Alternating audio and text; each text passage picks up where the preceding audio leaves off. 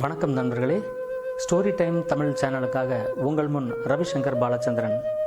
மேலும் ஒரு நல்ல கதையோட உங்களெல்லாம் சந்திக்கிறதுல ரொம்ப மகிழ்ச்சி. தினம் தினம் நீங்கள் கேட்க போகிற புது புது கதைகளில் நல்லவங்களாக வாழறதோட முக்கியத்துவம், உழைச்சி வாழறதோட மேன்மை, மற்றவர்களுக்கு உதவுற நல்ல பண்பு, திருடக்கூடாது, பொய் சொல்லக்கூடாது, பொறாமப்படக்கூடாது, பேராசைப்படக்கூடாது, இது மாதிரி இன்னும் பல நல்ல கருத்துக்களை குழந்தைகளுக்கு கதைகள் வழியாக சொல்ல போகிறோம். கதையை கேட்கலாம் வாங்க. ரத்னபுரின்னு ஒரு பெரிய நாடு இருந்துச்சு.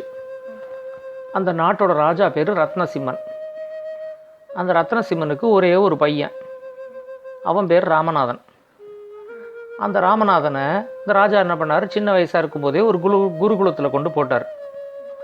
அந்த குருகுலத்தில் எல்லாத்தையும் நல்லபடியாக கற்றுக்கிட்டான் இந்த ராமநாதன். இந்த வில்வித்தை, வாள் பயிற்சி, குதிரை ஏறுறது, யானை ஏறுறது, அதுக்கப்புறம் தேர் ஓட்டுறது, இது மாதிரி எல்லா பயிற்சியும் நல்லா கற்றுக்கிட்டான். அவனுக்கு பார்த்தா புதுசாக ஏதாவது கற்றுக்கிட்டே இருக்கணும். அதனால் நிறையா மொழிகள்லாம் கற்றுக்கிட்டான். வெளிநாட்டு மொழியெல்லாம் நிறையா கற்றுக்கிட்டான். அதுக்கப்புறமா எங்கேருந்தோ பிடிச்சி ஒரு மந்திரவாதியை பிடிச்சி அவன்கிட்ட இந்த பறவையெல்லாம் பேசுகிறது, மிருகம்லாம் பேசுகிறது, இதெல்லாம் எப்படி என்ன புரிஞ்சுக்கிறது அப்படிங்கிறதையும் கற்றுக்கிட்டான். இதை மாதிரி ஏதாவது ஒன்று கற்றுக்கிட்டே இருந்து திடீர்னு ஒரு நாளைக்கு என்ன பண்ணான், இந்த அரண்மனையில் இருக்கிற சமயக்காரங்கள்லாம் இருக்காங்கல்ல, அவங்கள சில பேர் ரொம்ப நல்லா சமைப்பாங்க. அவங்கள்ட்ட போய் நீங்கள் எப்படி சமைக்கிறீங்க, எனக்கு சமையலை கற்றுக் கொடுங்க அப்படின்னு சொன்னோம். உடனே அவங்கெல்லாம், ஐயோ உங்களுக்கு எதுக்கு இளவரசரே இந்த சமையல்லாம், நாங்கள் பார்த்துக்குறோம் அதெல்லாம் அப்படின்னாங்க. இல்லை கற்றுக்கிறதுல ஒன்றும் தப்பு இல்லை, நான் கற்றுக்குறேன், நாளையிலேருந்து வரேன், எனக்கு சமையலை கற்றுக் கொடுங்க அப்படின்னு சொன்னோம். அந்த அமைச்சர்கள்லாம் கூட கொஞ்சம் கிண்டல் பண்ணாங்க. என்ன இளவரசர், நீங்கள் இது மாதிரி சமையல்லாம் கற்றுக்கிட்டு நாளைக்கு உங்களை கல்யாணம் பண்ணிட்டு வரப்போகிற இளவரசிக்கு நீங்கள் சமைச்சு போட போகிறீங்களா அப்படின்னு. உடனே இந்த ராமநாதன் சொன்னான், ஒரு விஷயத்தை கற்றுக்கிறது தப்பே கிடையாது, அது எந்த விஷயமா இருந்தாலும் அதை கற்றுக்கிறது ஒன்றும் தப்பு கிடையாது, எனக்கு சமைக்க தெரியும், அவ்வளோதான், நான் அதுக்காக நான் சமைப்பேன் அப்படிங்கிறது கிடையாது, நாளையிலேருந்து நான் கற்றுக்க தான் போகிறேன் அப்படின்னு சொல்லிட்டான். அதுக்கப்புறம் இந்த சமையலும் நல்லா கற்றுக்கிட்டு இந்த ராமநாதன் சமைக்கிறதெல்லாம் பார்த்தா அவ்வளோ டேஸ்ட்டாக இருக்கும். அதை மாதிரி அதெல்லாமும் கற்றுக்கிட்டான். இப்படி ஆயிடுச்சு. இந்த ராமநாதனுக்கு 25 வயசு ஆயிடுச்சு. அப்போ இந்த ராஜா என்ன சொன்னார், இதை மாதிரி உனக்கு இந்த கண்ட்ரியோட ராஜாவாக உன்னை பட்டம் கட்டிட்டு நான் கொஞ்சம் நாளைக்கு ஓய்வு எடுக்கலான் இருக்கேன் அப்படின்னு சொல்லி இந்த ராஜா சொன்னார். சொல்லிவிட்டு இந்த ராமநாதன்கிட்ட சொன்னார், உனக்கு நீ எல்லா விஷயத்தையும் நீ நிறைய விஷயம் கற்றுக்கிட்டு இருக்க, ஆனால் நீ மக்களோட ரொம்ப பழகி மக்களுக்கு என்ன வேணும் அப்படிங்கிறத நீ தெரிஞ்சுக்கிட்டாதான் நீ நல்லபடியாக ஆட்சி பண்ண முடியும். அதனால் நீ இங்கேருந்து ஒரு 4-5 நாட்டுக்கு போயிட்டு வா. இந்த காந்தார நாட்டுக்கு போ, இந்த பட்டு தேசத்துக்கு போ, அதுக்கு அந்தாண்ட பனி தேசம் இருக்குது அதுக்கு போ அப்படின்னு சொல்லி இது மாதிரி ஒரு 3-4 நாட்டுக்காவது நீ போயிட்டு வா. நிறைய அங்கே இருக்கிற மக்களோடலாம் பழகு, அவங்களுக்கெல்லாம் என்ன வேணும் அப்படிங்கிறத புரிஞ்சுக்கிட்டு வா. அங்கே என்னெல்லாம் நல்லது இருக்கோ, நல்ல விஷயம் இருக்கோ, அது எல்லாத்தையும் கற்றுக்கிட்டு நம்ம நாட்டிலையும் நீ அது எல்லாத்தையும் பண்ணு. நீ கிளம்புறதுக்கு சரி டைம் பார்த்துட்டு கரெக்டாக ரெடியாயிரு அப்படின்னு சொல்லிட்டார். இவனு சரி நம்ம நிறையா நாட்டுக்கு போகிறோம் அப்படின்னு நினச்சிக்கிட்டு இந்த ராமநாதனும் சரிப்பா நான் கிளம்புறேன் அப்படின்னு சொல்லிட்டு ஒரு தேர் ரெடி பண்ணிவிட்டு அந்த தேரில் வேணுங்கிற திங்ஸ் எல்லாம் எடுத்து வச்சுக்கிட்டு, பணமெல்லாம் நிறையா எடுத்து வச்சுக்கிட்டு, இவனோட வில்லு, வாள், இந்த பயிற்சி இதெல்லாத்தையும் எடுத்து வச்சுக்கிட்டு கிளம்பிட்டான். இந்த காந்தார தேசங்கிறது என்னென்னா இப்போ இருக்கிற ஆப்கானிஸ்தான், இந்த பட்டு தேசங்கிறது இப்போ இருக்கிற சைனா, இந்த பனி தேசங்கிறது இப்போ இருக்கிற ரஷ்யா. இந்த நாட்டுக்கெல்லாம் போகணும் அப்படின்னு சொல்லி இவன் பிளான் பண்ணான். முதல்ல இங்கேருந்து காந்தார தேசத்துக்கு போவோம், போயிட்டு அங்கேருந்து கொஞ்ச நாள் இருந்துட்டு அதுக்கப்புறமா அங்கேருந்து பட்டு தேசத்துக்கு போவோம் அப்படின்னு சொல்லி முடிவு பண்ணிக்கிட்டு இவனோட தேரில் ஏறி உட்காந்துக்கிட்டு நேராக காந்தார தேசத்துக்கு போனான். இந்த காந்தார தேசத்தில் கம்பளிலாம் ரொம்ப ஃபேமஸ், நல்ல குளிர் தாங்குற மாதிரி அருமையான கம்பளிலாம் தயாரிப்பாங்க. நான் காந்தார தேசத்தில் நிறையா தொழிலெலாம் நல்லபடியாக இருக்குது, நல்ல நாடு, அங்கே இருக்கிற மக்களோட பழகி அவங்களுக்கு என்னெல்லாம் தேவைங்கிறத முதல்ல நம்ம தெரிஞ்சுக்கிட்டு வரணும் அப்படின்னு நினச்சிக்கிட்டு இங்கேருந்து நேராக காந்தார தேசத்துக்கு தேரை ஓட்டிக்கிட்டே போனான். இவனுக்கு தேர் ஓட்டுறது ரொம்ப பிடிக்கும். தேர் ஓட்டிக்கிட்டு இது மாதிரி நாள் கணக்காக ஆச்சு அந்த காந்தார தேசத்துக்கு போகிறதுக்கு. அந்த காந்தார தேசத்துக்குள்ளே போனால் ரோட்லலாம் யாரையுமே காணோம். என்ன அது ரோட்லலாம் யாரையுமே காணோம் அப்படின்ட்டு இவன் இப்படி யோசிச்சுக்கிட்டு நேராக அந்த காந்தார தேசத்தோட அரண்மனை இருக்கிற இடத்துக்கு போனான். அரண்மனை இருக்கிற இடத்துக்கு போனால் அங்கே பார்த்தா மக்கள்லாம் வெளில அப்படியே கல் சிலையாக நிற்கிறாங்க. என்னது மக்கள்லாம் இவ்வளோ சிலை செஞ்சு வச்சுருக்காங்க, ஆனால் யாரையுமே ஆளை காணுமே அப்படின்னு நினச்சிக்கிட்டு போய் பார்த்தா எல்லாருமே நிஜமாக சிலையாகவே மாறிட்டாங்க. அந்த ஊரில் இருக்கிறவங்க எல்லாரும் இப்படியே அரண்மனைக்குள்ளே போய் பார்த்தான். அரண்மனைக்குள்ளே போய் பார்த்தா அங்கே வந்து ராஜாவும் வந்து கல் சிலையாக மாறிட்டார். ஆனால் ராஜாவோட தலை மட்டும் அப்படியே மனுஷ தலையாக இருக்குது. உடனே அவர் பார்த்த உடனே இங்கே என்ன நடக்குது, ஏன் இப்படி எல்லாரும் கல் சிலை ஆயிட்டீங்க அப்படின்னு சொல்லி அந்த காந்தார மொழியிலேயே அவன் கேட்டான் இந்த ராமநாதன். உடனே அந்த ராஜாவுக்கு வந்து ரொம்ப ஆச்சரியமாயிடுச்சு. நீ பரவாயில்ல, நீ எந்த தேசத்துலேருந்து வரேன்னு தெரியல, எங்கள் நாட்டோட மொழியெல்லாம் ரொம்ப நல்லா பேசுகிற, இதை மாதிரி எங்கள் நாட்டுக்கும் இந்த பக்கத்தில் இருக்கிற பட்டு தேசத்துக்கும் எப்பயுமே வந்து ஆகாது. 2 பேரும் கொஞ்சம் எதிரிகளாகவே இருந்தோம். நிறைய சமயம் எங்களுக்கும் அவங்களுக்கும் சண்டையெல்லாம் வந்திருக்கு. அதனால் எங்கள் தேசத்தை வந்து நாங்கள் எப்படியாவது காப்பாற்றிக்கணும் அப்படிங்கிறதுக்காக நாங்கள் வந்து தேசத்தோட பாதுகாப்புக்கெல்லாம் நிறைய ஏற்பாடெல்லாம் பண்ணிக்கிட்டு இருந்தோம். அப்போ திடீர்னு பார்த்தா எங்கேருந்தோ ஒரு மந்திரவாதி வந்தான். வந்துட்டு நான் உங்களுக்கு வந்து உங்கள் நாட்டோட பாதுகாப்புக்கு நான் வந்து நிறையா ஆயுதங்கள்லாம் நான் வந்து புதுசாக நான் கண்டுபிடிச்சி தரேன் அப்படின்னு சொன்னான். சரி, அந்த ஆயுதம்லாம் புதுசாக கண்டுபிடிச்சி கொடுத்தான் அப்படின்னா நம்ம பட்டு தேசத்தோட நம்ம எதாவது சண்டை கண்டை வந்துச்சுன்னா கூட நாம் நம்மளை காப்பாற்றிக்கலாம் அப்படின்ட்டு சரி ஆயுதம்லாம் கண்டுபிடிச்சி கொடு அப்படின்னு சொன்னோம். அதுக்கு எவ்வளோ உனக்கு பணம் வேணும் அப்படின்னு சொல்லி நான் கேட்டேன். அந்த மந்திரவாதி வந்து பணமெல்லாம் அப்புறம் பார்த்துக்கலாம், என்னோடய கண்டுபிடிப்பை முதல்ல நீங்கள் வந்து உபயோகித்து பாருங்கள் அப்படின்னு சொல்லிட்டு நிறையா விதவிதமாக ஆயுதம்லாம் தயாரித்து கொடுத்தான். அந்த ஆயுதம்லாம் நாங்கள் வந்து நிஜமாகவே எல்லாம் நல்லா இருந்துச்சு. அதை எல்லாத்தையும் எடுத்துக்கிட்ட உடனே கொஞ்ச நாள் எங்களோட பாதுகாப்பு வந்து நல்ல உறுதியாயிடுச்சு. இனிமேல் பட்டு தேசம் வந்து நம்மக்கிட்ட வாலாட்டுச்சுன்னா கூட நம்ம பட்டு தேசத்தை ஈஸியாக போரில் ஜெயிச்சிடலாம் அப்படிங்கிற மாதிரி எங்களுக்கு வந்து ஒரு நல்ல நம்பிக்கை வந்துருந்துச்சு. அந்த சமயத்தில் தான் திடீர்னு ஒரு நாளைக்கு மந்திரவாதி வந்தான்.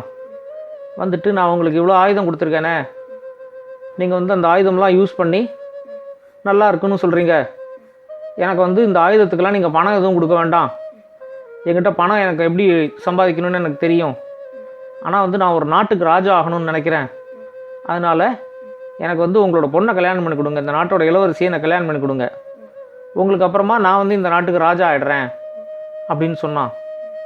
உடனே எனக்கு வந்து ரொம்ப ஷாக் ஆகிடுச்சு. ஏன்னா அந்த மந்திரவாதி வந்து ரொம்ப வயசானவன், மூஞ்சியெல்லாம் பார்க்குறதுக்கு அப்படியே அகோரமாக இருக்கும், அதை மாதிரி இருப்பான். அதோடு இல்லாமல் அவன் கெட்டவங்கிறதும் நமக்கு தெரியும். இதெல்லாம் தெரிஞ்சுக்கிட்டு எப்படி வந்து இளவரசியை வந்து அவனை கல்யாணம் பண்ணி கொடுக்கறது அப்படின்ட்டு, நீ வந்து எங்களுக்கு வந்து ஆயுதம்லாம் கொடுத்ததுக்கு உனக்கு எவ்வளோ பணம் வேணும்னு கேளு, அதை தரோம், இல்லைன்னா உனக்கு வந்து வேறு தங்கமாக வேணுமா வைரமாக வேணுமா அதை மாதிரி எது வேணால் கேளு தரோம், ஆனால் வந்து எங்கள் இளவரசிலாம் கல்யாணம் பண்ணி கொடுக்க மாட்டோம். அதோடு இல்லாமல் இந்த நாடு வந்து அடுத்தது எனக்கு அப்புறமா என்னோடய பையன்தான் வந்து ராஜாவாகணும், இளவரசியை கல்யாணம் பண்ணிட்டு நீங்களாம் இந்த நாட்டுக்கு ராஜா ஆக முடியாது, இளவரசியும் உனக்கு கல்யாணம் பண்ணி கொடுக்க மாட்டோம் அப்படின்னு சொன்னேன். உடனே அந்த மந்திரவாதி வந்து பயங்கர கோவம் வந்து, உங்களெல்லாம் என்ன செய்கிறேன் பார் அப்படின்னு சொல்லி ஏதோ ஆரம்பித்தான். உடனே நான் வந்து எனக்கு கோவம் வந்து ரொம்ப வந்துருச்சு. நான் என்ன பண்ணேன், இந்த மந்திரவாதியை கைது பண்ணு அப்படின்னு மட்டும் நான் வந்து என்னோடய தளபதிக்கு சொன்னேன். என்னோடய தளபதி வந்து அந்த மந்திரவாதியை கைது பண்ணுறதுக்கு முன்னாடி அவன் வந்து எங்களை எல்லாரையும் ஒரு மந்திரம் போட்டு இந்த மாதிரி கல் சிலையாக மாற்றிவிட்டான். மாற்றிட்டு இளவரசியை வந்து இங்கேருந்து கடத்திக்கிட்டு போயிட்டான். இதை மாதிரி அப்போ வந்து என்னோடய பையன் வந்து பனி தேசத்தில் படிச்சுக்கிட்டு இருந்தான். அவன் வந்து அந்த படிப்பெல்லாம் முடிச்சுட்டு இங்கே வந்து எங்களெல்லாம் பார்த்துட்டு, இது மாதிரி வந்து உங்களுக்கெல்லாம் இப்படி ஒரு நிலைமை வந்துருச்சு, நான் வந்து அந்த மந்திரவாதியை சும்மா விட மாட்டேன் அப்படின்னு சொல்லிட்டு அந்த மந்திரவாதியை தேடிக்கிட்டு போனான். என்னோட பையனையும் வந்து அந்த மந்திரவாதி என்ன பண்ணான், பிடிச்சி அங்கேயே ஒரு ஜெயிலில் போட்டு வச்சுருக்கான். அவன் எங்கே இருக்கான்னே தெரியல. நடுவில் வந்து அந்த மந்திரவாதி சொல்லும்போது, உங்களை மாதிரியே வந்து இந்த பட்டு தேசத்துக்கும் நான் வந்து நல்ல பாடம் ஒன்று கற்றுக் கொடுத்துருக்கேன் அப்படின்னு வேற சொன்னான். அதனால் ஒவ்வொரு பௌர்ணமி அன்னைக்கும் அந்த மந்திரவாதி வந்து இங்கே வருவான். வந்துட்டு என்கிட்ட இளவரசியை வந்து என்னை கல்யாணம் பண்ணி கொடுக்குறியா அப்படின்னு கேட்பான். நான் மாட்டேன் அப்படின்னு சொல்லுவேன். இது மாதிரி வந்து நான் எப்போ வந்து என்னோடய மனசு மாறி இளவரசியை வந்து அவனுக்கு கல்யாணம் பண்ணி கொடுக்குறேன் அப்படின்னு சொல்கிறேனோ அது வரைக்கும் நாங்கள்லாம் சிலையாக தான் இருக்கணும் அப்படின்னு சொல்லிட்டு என்னோடய தலையை மட்டும் மனுஷ தலையாகவே வச்சுட்டு மிச்சம் எல்லாத்தையும் கல்லாக மாற்றி விட்டு அவன் போயிட்டான் அப்படின்னு சொன்னார். சொன்ன உடனே இந்த ராமநாதனுக்கு என்ன பண்ணுறதுன்னு புரியல. ராஜா, என்னால் உங்களுக்கு ஏதாவது ஒரு உதவி பண்ண முடியும் அப்படின்னா நான் கண்டிப்பாக அதை பண்ணுறேன். அந்த மந்திரவாதியை எப்படியாவது தேடி கண்டுபிடிச்சி அந்த மந்திரவாதியை கொன்று உங்கள் நாட்டுக்கு ஒரு விடிவு காலம் நான் கொண்டு வரேன் அப்படின்னு சொன்னான். உடனே அந்த ராஜா உன்னை பார்த்தா நீ அதெல்லாம் பண்ணுவேங்கிற எனக்கு நம்பிக்கை இருக்குப்பா, நீ கண்டிப்பாக பண்ணு அப்படின்னு சொல்லிட்டு, இந்த பட்டு தேசத்துக்கு போனேன்னா அந்த மந்திரவாதியை பற்றி உனக்கு ஏதாவது தெரியும் அப்படின்னு சொன்னார். நான் பட்டு தேசத்துக்கு கிளம்புறேன். நான் உங்கள் நாட்டில் ஒரு மாதம் இருந்து உங்கள் மக்களோட பழகி அவங்களுக்கு என்னெல்லாம் வேணும் அப்படிங்கிறதெல்லாம் தெரிஞ்சுக்கிட்டு போகலாம் அப்படிங்கிறதுக்கு தான் வந்தேன் இங்கே. ஆனால் இப்போ அது நடக்காது போல இருக்குது. எல்லோரும் ஒரே கல் சிலையாக இருக்காங்க. அதனால் நான் இங்கேருந்து பட்டு தேசத்துக்கு போகிறேன். அங்கே இருக்கிற மக்களோட கொஞ்சம் நாளைக்கு பழகி ஒரு மாதம் இருந்துட்டு அதுக்கப்புறமா நானும் பனி தேசம் போகிறேன். இதுக்கு நடுவில் மந்திரவாதியை எப்போ கண்டுபிடிச்சி கொண்டாலும் உங்களுக்கெல்லாம் நான் விடுதலை வாங்கி தந்துடுவேன் அப்படின்னு சொல்லிட்டு அங்கேருந்து ராமநாதன் அவனோட தேரில் ஏறி கிளம்புனான். கிளம்பி நேராக பட்டு தேசத்துக்கு போகிறான். எங்கே? ஆப்கானிஸ்தான்லேருந்து சைனாவுக்கு போகிறான். தேரில் ஏறி அவன் மாட்டுக்கு வந்துக்கிட்டு இருந்து ஆப்கானிஸ்தானோட எல்லாம் முடிஞ்சுது. இந்த காந்தார் தேசத்தை எல்லாம் முடிஞ்சு அந்த பக்கம் பட்டு தேசத்தோட எல்லாம் ஆரம்பிச்சுது. இந்த பட்டு தேசத்தில் இருக்கிறவங்கெல்லாம் பார்த்தா ரொம்ப அழகாக துணியெல்லாம் நெய்வாங்க, பட்டு துணியெல்லாம். அதே மாதிரி ஏதாவது ஒரு பொருளை பார்த்தாங்க அப்படின்னா அதே மாதிரி ஒரு பொருளை அவங்களும் பண்ணுவாங்க. இப்போ வர டூப்ளிகேட் ஐட்டம்ஸ்லாம் நிறைய அங்கேருந்து தான் வருது. ஆனால் நல்லாவும் பண்ணுவாங்க அந்த ஐட்டம்ஸை. அந்த மாதிரியான திறமையெல்லாம் அவங்களுக்கு ரொம்ப அதிகம். இந்த ராமநாதன் என்ன பண்ணால் இங்கேருந்து தேரில் ஏறி அந்த பட்டு தேசத்துக்கு போகிறான். இந்த மந்திரவாதியை பற்றி ஏதாவது ஒரு துப்பு கிடைக்குதான்னு பார்ப்போம், அங்கே கிடச்சிதுன்னா அந்த மந்திரவாதி எங்கே இருக்கான்னு பார்ப்போம் அப்படின்னு நினச்சிக்கிட்டு நேராக தேரில் ஏறி போகிறான். ரொம்ப தூரம் போனதுக்கப்புறம் பார்த்தா அந்த பட்டு தேசம் ஃபுல்லாக அப்படியே ஒரே பாலைவனமாக இருக்கிற மாதிரி இருக்குது. திடீர்னு ஒரு இடத்துல ஒரு பெரிய ஆறு குறுக்கிட்டுச்சு. அந்த ஆறு பேர் மஞ்சள் ஆறு. அப்படி தண்ணி மஞ்சள் கலரில் இருக்கும் பார்க்குறதுக்கே. அப்போ நிறையா மழை காலம் அப்படிங்கிறதுனால எங்கேயோ மழை பெஞ்சு அந்த மஞ்சள் ஆறு முழுக்க தண்ணி அப்படியே கரை புரண்டு ஓடுது. அந்த மஞ்சள் ஆறு ஃபுல்லாக தாண்டி போகவே முடியாது அந்த பக்கம், அவ்வளோ இருக்குது தண்ணி. உடனே தேரை கொண்டு நிறுத்திவிட்டு இப்போ எப்படி போகிறது? படகு இருந்தாலே இந்த ரிவரை கிராஸ் பண்ணி போகிறது ரொம்ப கஷ்டம். ஏன்னா அவ்வளோ தண்ணி ஓடுது. இது நம்மள்ட்ட தேர் மட்டும்தான் இருக்குது. இதை எப்படி கிராஸ் பண்ணிட்டு போகிறது அப்படின்னு யோசிச்சுக்கிட்டு அப்படி நின்றுட்டு இருந்தான். பார்த்தா சாயந்தரம் ஆயிடுச்சு. சாயந்தரம் ஆனவுடனே என்ன பண்ணுறதுன்னு தெரியலையே, இன்றைக்கி நைட்டு இங்கே தான் தங்கணும் போல இருக்குது அப்படின்னு நினச்சிக்கிட்டு இருக்கும்போது அப்படியே மழை நல்லா இருட்டிக்கிச்சு. மழை வர ஆரம்பிச்சிருச்சு. நல்ல மழை வந்தோடனே ஒரு மரத்தடியில் போய் நின்று ஒளிஞ்சிக்கிட்டு இருக்கான். மழையிலேருந்து தப்பிக்கணுங்கிறதுக்காக ஒரு மரத்தடியில் நின்றுக்கிட்டு பார்த்துக்கிட்டு இருக்கான். அப்போ பார்த்தா நல்லதாக ஒரு மின்னல் அடிச்சிச்சு. மின்னல் அடித்த உடனே தூரக்க எது மேலேயும் அந்த மின்னல் பட்டு பளிச்சுன்னு தெரிஞ்சிச்சு. அங்கே என்னவோ பளிச்சுன்னு தெரிஞ்சிச்சு, என்னது அது அப்படின்னு சொல்லி அவன் அந்த இடத்தையே பார்த்துக்கிட்டு இருந்தான். மறுபடியும் ஒரு மின்னல் அடிக்கிறதே பார்த்தா அங்கே ஒரு தங்க குதிரை இருக்கிறது தெரிஞ்சிச்சு. உடனே தங்கத்தில் ஒரு குதிரையா? அப்படியே தக தகன்னு மின்னல் ஒளியில் அந்த குதிரை அப்படியே தக தக தகன்னு மின்னுது. முதல்ல அந்த இடத்துக்கு போகணும், அந்த தங்க குதிரை என்னங்கிறத பார்க்கணும் அப்படின்னு சொல்லிட்டு இவன் என்ன பண்ணான், தேரில் ஏறி உட்காந்துக்கிட்டு மறுபடியும் அங்கேருந்து கிளம்பிட்டான். கிளம்பி அந்த தங்க குதிரை இருக்கிற இடத்துக்கு போயிட்டே இருக்கான். ராத்திரி வந்துச்சு.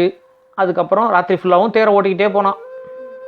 அதுக்கப்புறம் அடுத்த நாள் காலையில் சூரியன் உதிக்கும்போது இவன் ஒரு இடத்துக்கு வந்திருந்தான்.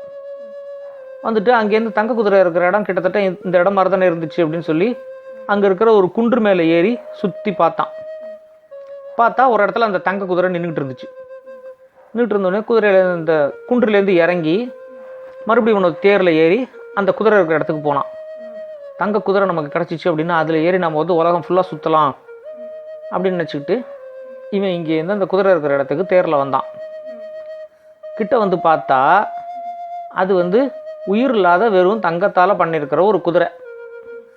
அந்த குதிரைக்கு 2 பெரிய ரெக்கை வேற இருக்குது. உடனே அடாடா, நான் அங்கேருந்து பார்க்கும்போது நல்ல பெரிய குதிரை, ரெக்கையெல்லாம் வேற இருக்குது, தங்க கலரில் இருக்குது, இது மேலே ஏறிட்டு உலகம் முழுக்க சுற்றலாம்னு நினச்சிக்கிட்டு இருந்தேனே, இங்கே வந்து பார்த்தா அது வெறும் பொம்மை, இதை வச்சுக்கிட்டு என்ன பண்ணுறது அப்படின்னு யோசிச்சுக்கிட்டு அந்த தங்க குதிரையை சுற்றி சுற்றி பார்த்துக்கிட்டே இருந்தான். பார்த்துக்கிட்டே இருக்கும்போது அந்த தங்க குதிரையோட கண்ணெல்லாம் இருக்குல்ல, அந்த கண்ணெல்லாம் பார்த்தா அப்படியே நல்லா ரெட்டு கலரில் மாணிக்க கல், அந்த கல் தான் வச்சுருக்கு. அந்த குதிரையோட பல்லெல்லாம் பார்த்தா அப்படியே வைரக்கல் மாதிரி அப்படியே பளபளன்னு இருக்குது. இப்போ இப்படி இந்த குதிரையை சுற்றிக்கிட்டு இவ்வளோ அழகாக பண்ணியிருக்கானுங்க அந்த குதிரையை அப்படின்னு நினச்சிட்டு வரும்போது அந்த மாணிக்கக்கல் இருக்கு, அந்த குதிரையோட கண் இருக்குல்ல, அந்த கண்ணுக்குள்ளே இருக்கிற மாணிக்கக்கல்ல என்னவோ எழுதியிருக்கிற மாதிரி இருந்துச்சு. இதுக்குள்ளே என்னவோ எழுதியிருக்குதே சின்ன சின்னதா அப்படின்னு சொல்லிட்டு ரொம்ப உத்து படித்தான் என்னன்ட்டு. உத்து படித்தா இந்த பக்கத்தில் இருக்கிற மலை மேலே 3 குள்ளர்கள் இருக்காங்க, சித்திரக்குள்ளர்கள். இந்திர சந்திர தந்திர சித்திரக்குள்ளர்கள் அப்படின்னு அவங்களுக்கு பேர். அந்த 3 சித்திரக்குள்ளர்களும் ஒரு மாய குடுவையில் தண்ணி வச்சுருக்காங்க, மந்திர தண்ணி. அந்த தண்ணியை வந்து யார் எடுத்துகிட்டு வந்து இந்த குதிரை மேலே தெளிக்கிறாங்களோ, தெளித்த உடனே இந்த குதிரைக்கு வந்து உயிர் வந்துடும். இந்த குதிரை வந்து அப்புறம் அவங்களுக்கு தான் சொந்தம், யார் அந்த தண்ணியை தெளிக்கிறாங்களோ அவங்களுக்கு சொந்தம் அப்படின்னு சொல்லி எழுதியிருந்துச்சு. அந்த நாட்டு மொழியில் எழுதியிருந்துச்சு, சைன மொழியில். உடனே இவன் வந்து ஆஹா, இது மாதிரி வந்து மேலே இருக்கிற இதுலேருந்து நம்ம தண்ணி எடுத்துகிட்டு வந்து தெளித்தோம்னா அந்த குதிரை வந்து நமக்கு கிடச்சிரும் அப்படின்னு சொல்லி யோசித்தான் இந்த ராமநாதன். உடனே அவனுக்கு இன்னொரு நினப்பு வந்துச்சு. ஆமாம், இது வந்து ரொம்ப வருஷமாக இங்கே நிற்குதுன்னு நினைக்கிறேன் இந்த குதிரை. அப்போ கண்டிப்பாக வந்து நிறையா பேர் வந்து இந்த குதிரையை பார்த்துருப்பாங்க. இங்கே இருக்கிறவங்களுக்கெல்லாம் கண்டிப்பாக சைனீஸ் தெரிஞ்சிருக்கும். அதனால் அவங்கெல்லாம் என்ன பண்ணியிருப்பாங்க, அந்த குதிரையோட கண்ணில் இருக்கிறத படிச்சுட்டு மேலே இருக்கிறத போய் அந்த மலையிலேருந்து அந்த தண்ணி எடுத்துகிட்டு வரதுக்கு ட்ரை பண்ணியிருப்பாங்க அந்த சித்திரக்குள்ளர்கள்ட்டேருந்து. ஆனால் யாருமே வரல, ஏன்னா அந்த குதிரை வந்து இன்னும் வந்து பொம்மையாக தான் நின்றுட்டுருக்கு. அப்படின்னா அந்த சித்திரக்குள்ளர்கள் இருக்கிற இடத்துல ஏதோ ஒரு ஆபத்து இருக்குது அப்படின்னு சொல்லி இவன் புரிஞ்சுக்கிட்டு சரி ஜாக்கிரதையாக போய் அந்த சித்திரக்குள்ளர்களை எப்படியாவது ஏமாற்றி அந்த தண்ணி எடுத்துகிட்டு வந்துடணும் அப்படின்னு நினச்சிட்டு உடனே என்ன பண்ணான், மலை ஏற ஆரம்பிச்சிட்டான். மலை ஏற ஆரம்பித்த உடனே தேரை கீழே நிறுத்திட்டு அங்கேருந்து அந்த சித்திரக்குள்ளர்கள் இருக்கிற மலை மேலே ஏற ஆரம்பித்தான். மலை ஏறி நல்லா மேலே ஏறினதுக்கப்புறம் பார்த்தா அங்கே ஒரே ஒரு பெரிய பங்களா இருந்துச்சு. சரி, இதுக்குள்ளே தான் கண்டிப்பாக அந்த சித்திரக்குள்ளர்கள் இருக்காங்க போல இருக்கு. அவங்கள எப்படி ஏமாற்றி நம்ம வந்து அங்கேருந்து அந்த மந்திர குடுவையில் இருக்கிற தண்ணி எடுத்துகிட்டு வரணும் அப்படின்னு சொல்லிட்டு அப்படியே மெதுவாக அந்த பங்களாவை சுற்றி நோட்டம் போடுவோம் முதல்ல, அதுக்கப்புறமா எப்படியாவது பங்களாக்குள்ளே நுழைவோம் அப்படின்னு நினச்சிட்டு அந்த பங்களாவை சுற்றி வர்றதுக்காக வந்தான். அந்த பங்களா கிட்ட போன உடனேயே எங்கேருந்தோ ஒரு பெரிய வலை வந்து திடீர்னு இந்த ராமநாதன் மேலே விழுந்து அப்படியே ராமநாதனை போட்டு அமுக்கி அவனை வந்து பிடிச்சிருச்சு, சிறை வச்சிருச்சு. உடனே இவன் வந்து ஐயோ மாட்டிக்கிட்டோமே, இது மாதிரி தான் இதுக்கு முன்னாடி வந்த எல்லாரும் மாட்டிக்கிட்டு இருக்காங்க போல இருக்கு, நல்லா மாட்டிக்கிட்டோம், வசமாக மாட்டிக்கிட்டோம், இனிமேல் இதுலேருந்து எப்படி தப்பிக்கிறதுன்னு தெரியலையே அப்படின்னு யோசிச்சுட்டு இருந்தான். இவன் காலையிலேருந்து சாப்பிடவும் இல்லை, ஆனால் சாப்பிட்றதுக்கு தேர்லேருந்து கொஞ்சத்தை எடுத்து கையோடு எடுத்துக்கிட்டு வந்திருந்தான். வர்ற வழியில் பார்த்தா மலையில் ரொம்ப கஷ்டப்பட்டு தான் மலை ஏறினான். அந்த மலையில் வந்து காக்கா முத்து அப்படின்னு சொல்லி சின்ன சின்னதாக ஒரு விதை இருக்கும். அந்த விதை என்னென்னா ஒரு கூழாங்கல் சைஸ் இருக்கும் சின்னதாக. அதை வந்து நல்லா கீழே தரையில் தேய்ச்சிவிட்டு யார் மேலேயே வச்சா பயங்கரமாக சுடும். அந்த மாதிரியான விதையெல்லாம் அங்கே இருந்துச்சு. உடனே இவனுக்கு அதை பார்த்த உடனே தெரிஞ்சிச்சு, நம்ம ஊர் காக்கா முத்து விதை இது, இதை வந்து தேய்ச்சி வச்சோன்னா சுரீர்னு சுடுமே அந்த விதை அப்படின்னு தெரிஞ்சிச்சு. சரி, எதுக்குன்னு இருக்கட்டோன்னா அதில் ஒரு 10 எடுத்து பைக்குள்ளே போட்டுக்கிட்டான். இவனோட சாப்பிட்றதுக்கு வேண்டிய ஐட்டம்ஸும் இவனோட கையில் இருக்குது, அதையும் எடுத்துக்கிட்டு வந்திருந்தான். மலை ஏறினா, ஆனால் சாப்பிடலை. அதுக்குள்ளே இந்த வலையில் மாட்டிக்கிட்டான். மாட்டின உடனே மலையில் ஏறி வந்த டயர்ட்னஸ்ஸு, இந்த வலைக்குள்ளே வந்து இப்படி மாட்டிக்கிட்டது, இதெல்லாம் சேர்த்து இவனுக்கு அப்படியே ஒரு மாதிரி மயக்கம் வர மாதிரி இருந்துச்சு. எப்படி மயங்கி போனானே தெரில, அப்படியே மயக்கத்தில் கிடந்தான். திடீர்னு பார்த்தா அந்த 3 குள்ளர்களும் சாயந்தரம் வந்துட்டாங்க. வந்துட்டு எல்லாம் பார்த்தா 2 அடி உசரந்தான் இருக்கானுங்க அந்த குள்ளர்கள்லாம். வந்த உடனே அந்த குள்ளர்களுக்கு முன்னாடி இந்த வலையிலேருந்து இவன் வெளியில் வந்தான். வெளியில் வந்தவுடனே எங்கள் பங்களாவில் வந்து எங்களுக்கு தெரியாமல் என்னத்தையோ திருடிட்டு போகிறதுக்காக வந்திருக்கியா, இந்த மலை மேலே ஏறி வந்தாலே நீ எங்கள் அடிமை, அதை தெரிஞ்சுக்கோ அப்படின்னு சொல்லி அந்த குள்ளன் சொன்னான், இந்திர குள்ளன். உடனே இவன் என்ன பண்ணான், ராமநாதன் வந்து சரக்குன்னு இவனோட வாள் கத்தியை உருவிக்கிட்டான். வாளை உருவிட்டு அந்த 3 குள்ளர்கள்ட்டையும், என்ன உங்களை பார்த்து பயந்துட்டேன்னு நினச்சிங்களா, வாங்க என்னோட சண்டைக்கு அப்படின்னு. 3 பேரும் பார்த்தா ஆளுக்கு கையில் வந்து ஒரு எலும்பு துண்டு வச்சுருந்தாங்க. அதுதான் அவங்களோட மந்திரக்கோள் மாதிரி. உடனே ஒருத்தன் என்ன பண்ணால் அந்த எலும்பு துண்டால் ராமநாதன் அடிக்கிறதுக்கு வந்தான். ராமநாதன் வந்து அவனோட சண்டை போட்டு ஒரே அடியில் அவனோட எலும்பு துண்டை வந்து உடச்சிட்டான் கத்தியால். உடனே மிச்சம் 2 குள்ளர்களும் என்ன பண்ணாங்க, ஓடி போய் ஒரு தூணுக்கு பின்னாடி ஒளிஞ்சுக்கிட்டாங்க. ராமநாதன் என்ன பண்ணால் அவங்கள தேடிக்கிட்டு அந்த தூண் பின்னாடி போனான். அதுக்குள்ளே பார்த்தா இன்னொரு குள்ளன் வந்து பின்னாடியிலேருந்து வந்து மறுபடியும் அவனோட எலும்பு துண்டால் இவனை அடித்தான். அவனோட சண்டை போட்டு அவனோட எலும்பு துண்டையும் உடைச்சான். இதை மாதிரி 3வது குள்ளனோட எலும்பு துண்டையும் உடைச்சான். உடச்ச உடனே பார்த்தா அந்த 3 குள்ளர்களையும் அங்கே காணவே காணும். ஏதோ தூணுக்கு பின்னாடி போய் ஒளிஞ்சிக்கிட்டு இருக்காங்க. இவன் உடனே ஒவ்வொரு குள்ளர்களாக தேடி தேடி பார்த்தான். எல்லா இடத்துலையும் அந்த குள்ளர்களை காணும். திடீர்னு பார்த்தா 3 குள்ளர்களும் ஒன்றா சேர்ந்துக்கிட்டு வந்து திரும்ப ராமநாதனை அட்டாக் பண்ணாங்க. அட்டாக் பண்ண உடனே இவன் என்ன பண்ணான், வாளால் அவங்களோட சண்டை போட்டான். ஒரு சமயத்தில் பார்த்தா அந்த குள்ளர்கள் வந்து ஏதோ ஒரு மந்திரத்தை போட்டாங்க. போட்ட உடனே இவனால் அசைய கூட முடியல, அப்படின்னு நின்றுட்டான் ராமநாதன். 3 குள்ளர்களும் பயங்கரமாக சிரித்தாங்க. சிரிச்சுட்டு, என்ன உன் கையில் வாள் இருந்துச்சுன்னா எங்கள் 3 பேரையும் நீ வந்து கத்தி சண்டையில் ஜெயிச்சிடலான்னு பார்க்குறியா? நாங்கள் ஒரே ஒரு மந்திரத்தை போட்டால் போகிறோம், உன்னை வந்து ரொம்ப ஈஸியாக ஒரு தவளையாக மாற்றி பின்னாடி ஒரு குளம் இருக்குது, அந்த குளத்தில் கொண்டு விட்டுருவோம். என்ன நீ வந்து ஏதோ கத்தி சண்டை போடுறதுக்கு வந்தியே அப்படிங்கிறதுக்காக நாங்கள் சும்மா ஒரு விளையாட்டுக்காக தான் உன்னோட சண்டை போட்டோம், நிஜமாலாம் நாங்கள் சண்டை போடவே இல்லை அப்படின்னு சொன்னோம். சொல்லிவிட்டு, உனக்கு வந்து ஒரே ஒரு சான்ஸ் தரேன், நீ வந்து பார்க்க கொஞ்சம் நல்லவனாட்டம் இருக்க, எங்களுக்கும் இங்கே வேலை செய்கிறதுக்கு ஒரு ஆள் வேணும், அதனால் நீ வந்து எங்களுக்கு அடிமையாக இங்கே இருக்கியா, இல்லை உன்னை ஒரு தவளையாக மாற்றி குளத்தில் கொண்டு தள்ளி விட்டுட்டா அப்படின்னு ஒரு குள்ளன் கேட்டான். உடனே ராமநாதன் வந்து யோசிக்கவே இல்லை, நீங்கள் 3 பேரும் நல்ல மந்திர சக்தியெலாம் நிறையா இருக்குது உங்கள்கிட்ட, அதனால் நான் வந்து உங்களோட சண்டை போட்டேன், சண்டை போட்டு என்னால் உங்களை ஜெயிக்க முடியல, நான் வந்து தவளையாலாம் இருக்கல, நான் உங்களுக்கு அடிமையாக இருக்கேன் அப்படின்னு சொன்னான். அடிமையாக இருக்கேன்னா உனக்கு என்ன வேலை தெரியும் அப்படின்னு. எனக்கு வந்து நல்லா சமைக்க தெரியும் அப்படின்னு சொன்னான். ஓ, சமைக்க தெரியுமா, சரி நீ வந்து இன்றைக்கி சமைச்சு வை, நீ எப்படி சமைக்கிறான்னு நாங்கள் பார்க்குறோம் அப்படின்னு சொல்லி இந்த ராமநாதனை வந்து இது பண்ணி விட்டாங்க, ஃப்ரீ பண்ணி விட்டாங்க. ராமநாதன் என்ன பண்ணான், அன்றைக்கி வந்து அங்கே சமைச்சான். சமைச்சு முடித்து இவங்களுக்கெல்லாம் சாப்பாடு போட்டான், இந்த 3 குள்ளர்களுக்கும். அந்த சாப்பாட்டை சாப்பிட்ட உடனே 3 குள்ளர்களும், இதை மாதிரி டேஸ்டியாக ஒரு சாப்பாடை சாப்பிட்டதே இல்லை எங்கள் லைஃப்பில், நீ ரொம்ப நல்லா சமைக்கிற, அதனால் நீ இனிமேல் இந்த பங்களாலே நீ அடிமையாக இருந்து நீ சமைக்கணும் அப்படின்னு சொல்லி இவனுக்கு ஆர்டர் போட்டாங்க. இவனும் சரி அப்படின்ட்டான். இவனோட ஐடியா என்னென்னா, முதல்ல இந்த பங்களாவில் வந்து தவளையாக மாதிரி நம்ம வந்து ஒரு குளத்தில் போய் கிடக்கக்கூடாது, இந்த பங்களாக்குள்ளே நம்ம வந்து ஃப்ரீயாக அங்கங்கே போகிற மாதிரி இருந்துச்சுன்னா நம்ம இங்கேருந்து எப்படி தப்பிக்கலாங்கிறத பார்க்க முடியும் அப்படிங்கிறதுக்காக தான் இவன் வந்து அடிமையாக இருக்கேன்னு சொல்லி ஒத்துக்கிட்டான். உடனே இந்த குள்ளர்கள்லாம் என்ன பண்ணானுங்க, நீ வந்து கிச்சன், இந்த ஹால் எங்களோட பெட்ரூம், இதை தவிர நீ வந்து இந்த பங்களாவில் வேறு எந்த ரூமுக்கும் போகக்கூடாது, இங்கே இதுக்குள்ளே தான் நீ இருக்கணும் அப்படின்னு சொல்லிட்டானுங்க. இவனும் சரின்ட்டான். சரின்ட்டு என்ன பண்ணால் ஒரு 4-5 நாளைக்கு இவங்களுக்கு வந்து நல்லா சமைச்சு போட்டான். இந்த எல்லா குள்ளர்களும் என்ன பண்ணுவானுங்க, காலையில் எழுந்திரிச்சா வேட்டையாடுறதுக்கு கிளம்புவாங்க. கிளம்பி நேராக போய் வேட்டையாடிட்டு சாயந்தரம் வருவாங்க. இவன் சமைச்சு போடுறத நல்லா சாப்பிடுவாங்க. சாப்பிட்டுட்டு 3 பேரும் நல்லா புரட்டை விட்டு தூங்குவாங்க.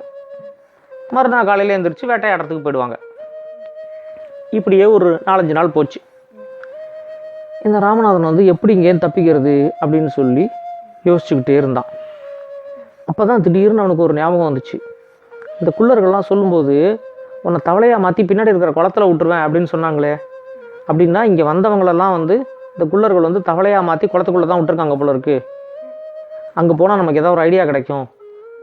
சரி, நாளைக்கு இந்த குள்ளர்கள்லாம் வேட்டைக்கு கிளம்புனதுக்கப்புறமா அங்கே போய் என்னங்கிறத பார்க்கணும் அப்படின்னு நினச்சிக்கிட்டான். அடுத்த நாளைக்கு இந்த குள்ளர்கள்லாம் கிளம்பி வேட்டைக்கு போனாங்க. அவங்க போனதுக்கப்புறம் என்ன பண்ணால், இங்கே எது கிளம்பி ஒவ்வொரு அந்த பங்களாவில் மிச்சம் இருக்கிற இடம்லாம் அப்படியே போய் பார்த்தான். ஒரு ரூம் பார்த்தா நல்லா தாப்பா போட்டுருந்துச்சு. அந்த ரூமோட கதவை மட்டும் திறந்து உள்ள எட்டி பார்த்தான் பாரு, உள்ள எக்கச்சக்கமாக தேளும் பாம்பும் இருந்துச்சு. உடனே என்ன பண்ணான், டபக்குன்னு திரும்ப கதவை தாப்பா போட்டான், அந்த தேள் பாம்பெல்லாம் வெளியே வரத்துக்குள்ள. ஐயோ, நல்ல வேலைக்கு இந்த ரூம் கதவை திறக்க பார்த்தேன், இருந்தால் இன்றைக்கி நான் காலி தான், அத்தனை தேள் பாம்பு வெளியே வந்திருக்கும் அப்படின்னு வச்சுக்கிட்டு இப்படி மெதுவாக அந்த பங்களாவோட பின்பக்கம் வந்தான். அங்கே பார்த்தா ஒரு பெரிய குளம் இருந்துச்சு. ஓ, இந்த குளத்தை தான் அந்த 3 குள்ளர்களும் சொல்லியிருக்கானுங்க, இந்த குளத்துல என்ன இருக்குன்னு போய் பார்ப்போம் அப்படின்ட்டு அங்கேருந்து அப்படியே போய் அந்த குளத்தை பார்த்தான். அந்த குளத்துக்குள்ளே ஒரு 300-400 தவளை கிடக்கு. எல்லாம் பெருசும் சிறுசுமாக இருக்குது.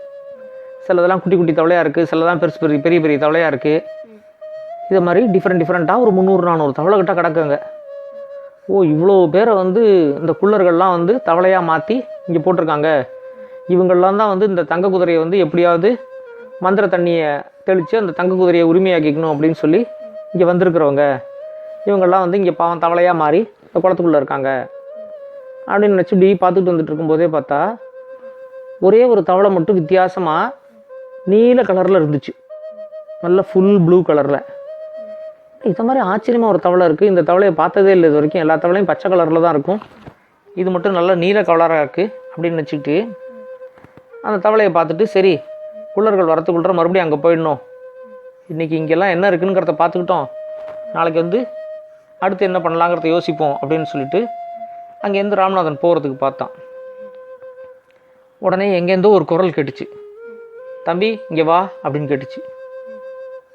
உடனே ராமநாதன் வந்து இங்கே யார் வந்து நம்ம நாட்டு மொழி பேசுகிறது அப்படின்னு நினச்சிக்கிட்டு சுற்றி எங்கேருந்து குரல் வந்துச்சுன்னு பார்த்தான். எங்கேருந்து குரல் வந்துச்சுன்னே தெரியல. உடனே அந்த குரல் மறுபடியும் சொல்லிச்சு, நான் தான்ப்பா நீலத்தவளை பேசுகிறேன், இங்கே வா அப்படின்னுச்சு. தவளை பேசுதா அப்படின்னு நினச்சிக்கிட்டு அங்கேருந்து மறுபடியும் அந்த குளக்கரையில் அந்த தவளை இருக்கிற இடத்துக்கு வந்தான். வந்த உடனே அந்த தவளை சொல்லிச்சு, நானும் ஒரு மந்திரவாதி தான். என்கிட்ட தான் வந்து இந்த 3 குள்ளர்களும் மந்திரம்லாம் கற்றுக்கிட்டாங்க. கற்றுக்கிட்ட உடனே இது மாதிரி வந்து நான் வந்து ஆனால் என்னோடய மந்திர சக்தியை வந்து ரொம்ப நல்ல விஷயத்துக்கு மட்டும்தான் உபயோகிப்பேன், கெட்ட விஷயத்துக்கெல்லாம் உபயோகிக்க மாட்டேன். இந்த 3 குள்ளர்களுக்கும் அது பிடிக்கல. நிறையா கெட்ட விஷயத்துக்கெல்லாம் உபயோகித்து சீக்கிரமாக நிறையா பணம் சம்பாதிக்கணும், நிறையா நமக்கு பவர் வரணும் அப்படிங்கிறதெல்லாம் அவங்க வந்து நினச்சிக்கிட்டாங்க. அதனால் வந்து இந்த மந்திர சக்தியை கெட்ட வழியில் யூஸ் பண்ணுறதுக்கு ட்ரை பண்ணாங்க. நான் வந்து அது தப்பு அப்படின்னு சொல்லி அவங்களுக்கு எடுத்து சொன்னேன். அவங்க 3 பேரும் கேட்கவே இல்லை. அவங்க 3 பேருமா சேர்ந்து மந்திர சக்தியை யூஸ் பண்ணி என்னை வந்து ஒரு தவளையாக மாற்றி இந்த குளத்துல தூக்கி போட்டாங்க. அதுலேருந்து நான் வந்து தவளையாக அந்த குளத்துக்குள்ளே இருந்துகிட்டு இருக்கேன். நான் வந்து மறுபடியும் மனுஷனானால் தான் வந்து என்னால் என்னோடய மந்திர சக்தியை யூஸ் பண்ண முடியும். தவளையாக இருக்கும்போது என்னோடய மந்திர சக்தி வேலை செய்யாது. அதனால் நான் வந்து இங்கே இப்படியே கிடந்துக்கிட்டு இருக்கேன். இங்கே வர்றவங்களை எல்லாரையும் பிடிச்சி தவளையாக மாற்றி இந்த குள்ளர்கள் வந்து தூக்கி இந்த குளத்துல தூக்கி போடுவாங்க.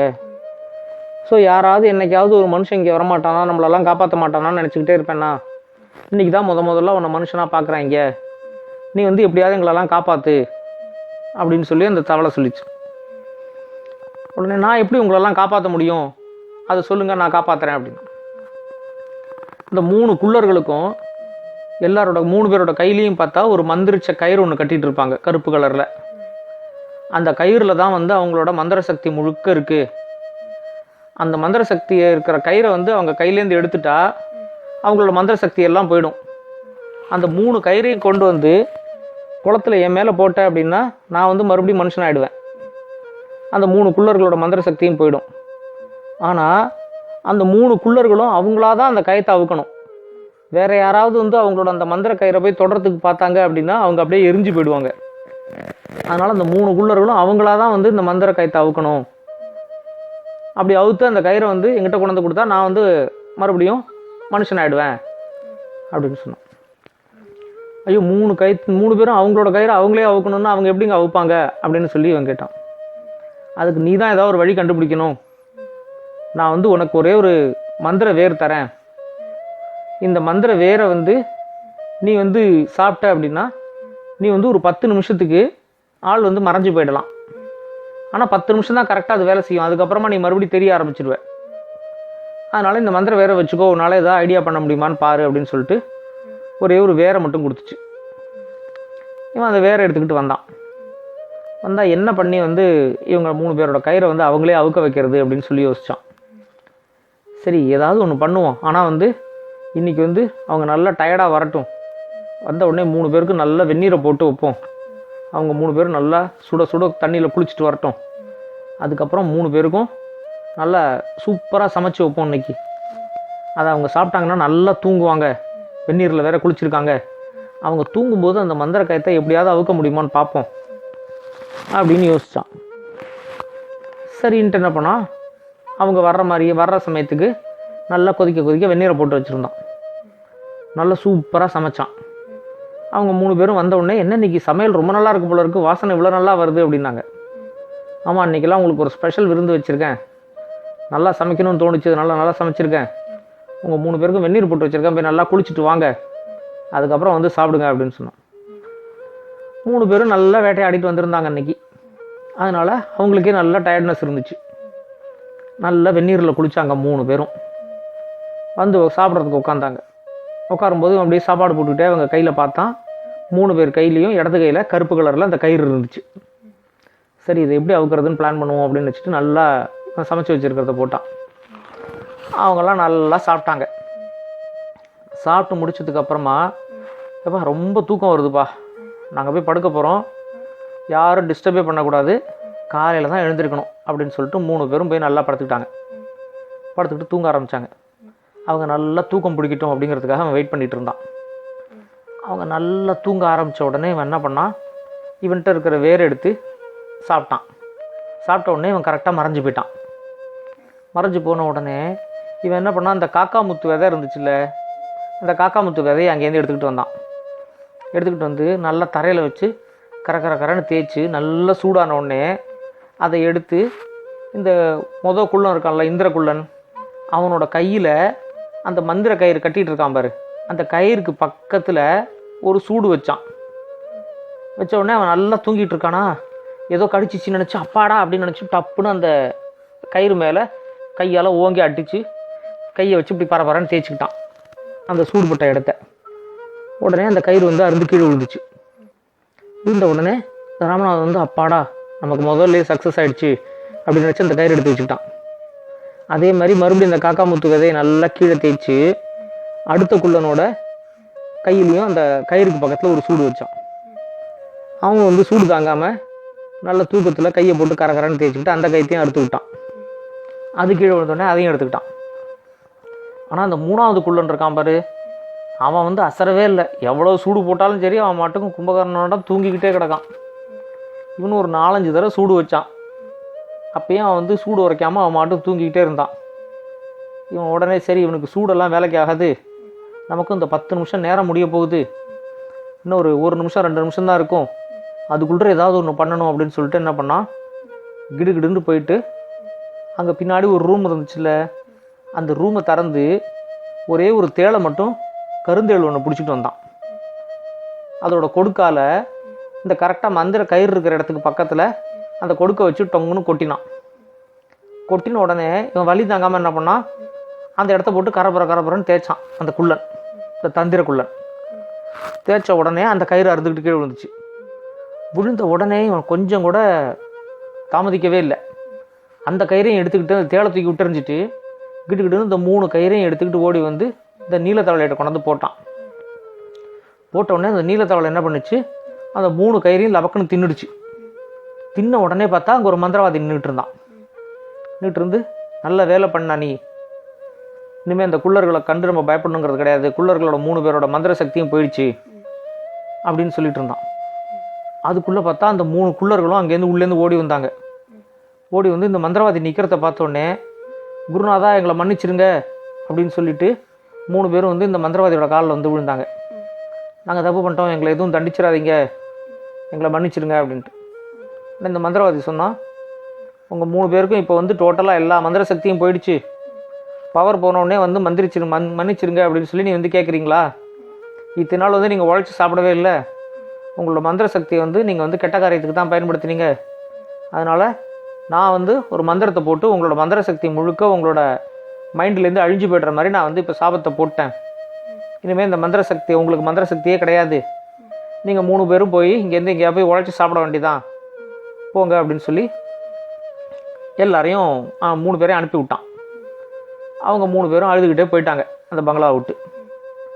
போன உடனே இந்த மந்திரவாதி வந்து இந்த ராமநாதன்ட்ட, இதை மாதிரி நீங்கள் பண்ண ஒரு நல்ல காரியத்தினால தான் வந்து இப்போ நான் வந்து மறுபடியும் மனுஷன் ஆகிட்டேன், முதல்ல இந்த குளத்தில் இருக்கிற எல்லா தவளையும் நம்ம வந்து மறுபடியும் வந்து அவங்கவுங்களோட சுய உருவத்தை கொடுத்து அவங்கவுங்க ஊருக்கு அனுப்பி விடுவோம் அப்படின்னு சொல்லிட்டு அவங்களோட சுய உருவத்தை கொடுத்து அனுப்பி விட்டான். எல்லாம் எழுந்திருச்சு, எல்லோரும் வந்து இவங்க 2 பேருக்கும் ரொம்ப தேங்க்ஸ் சொல்லிட்டு கிளம்புனாங்க.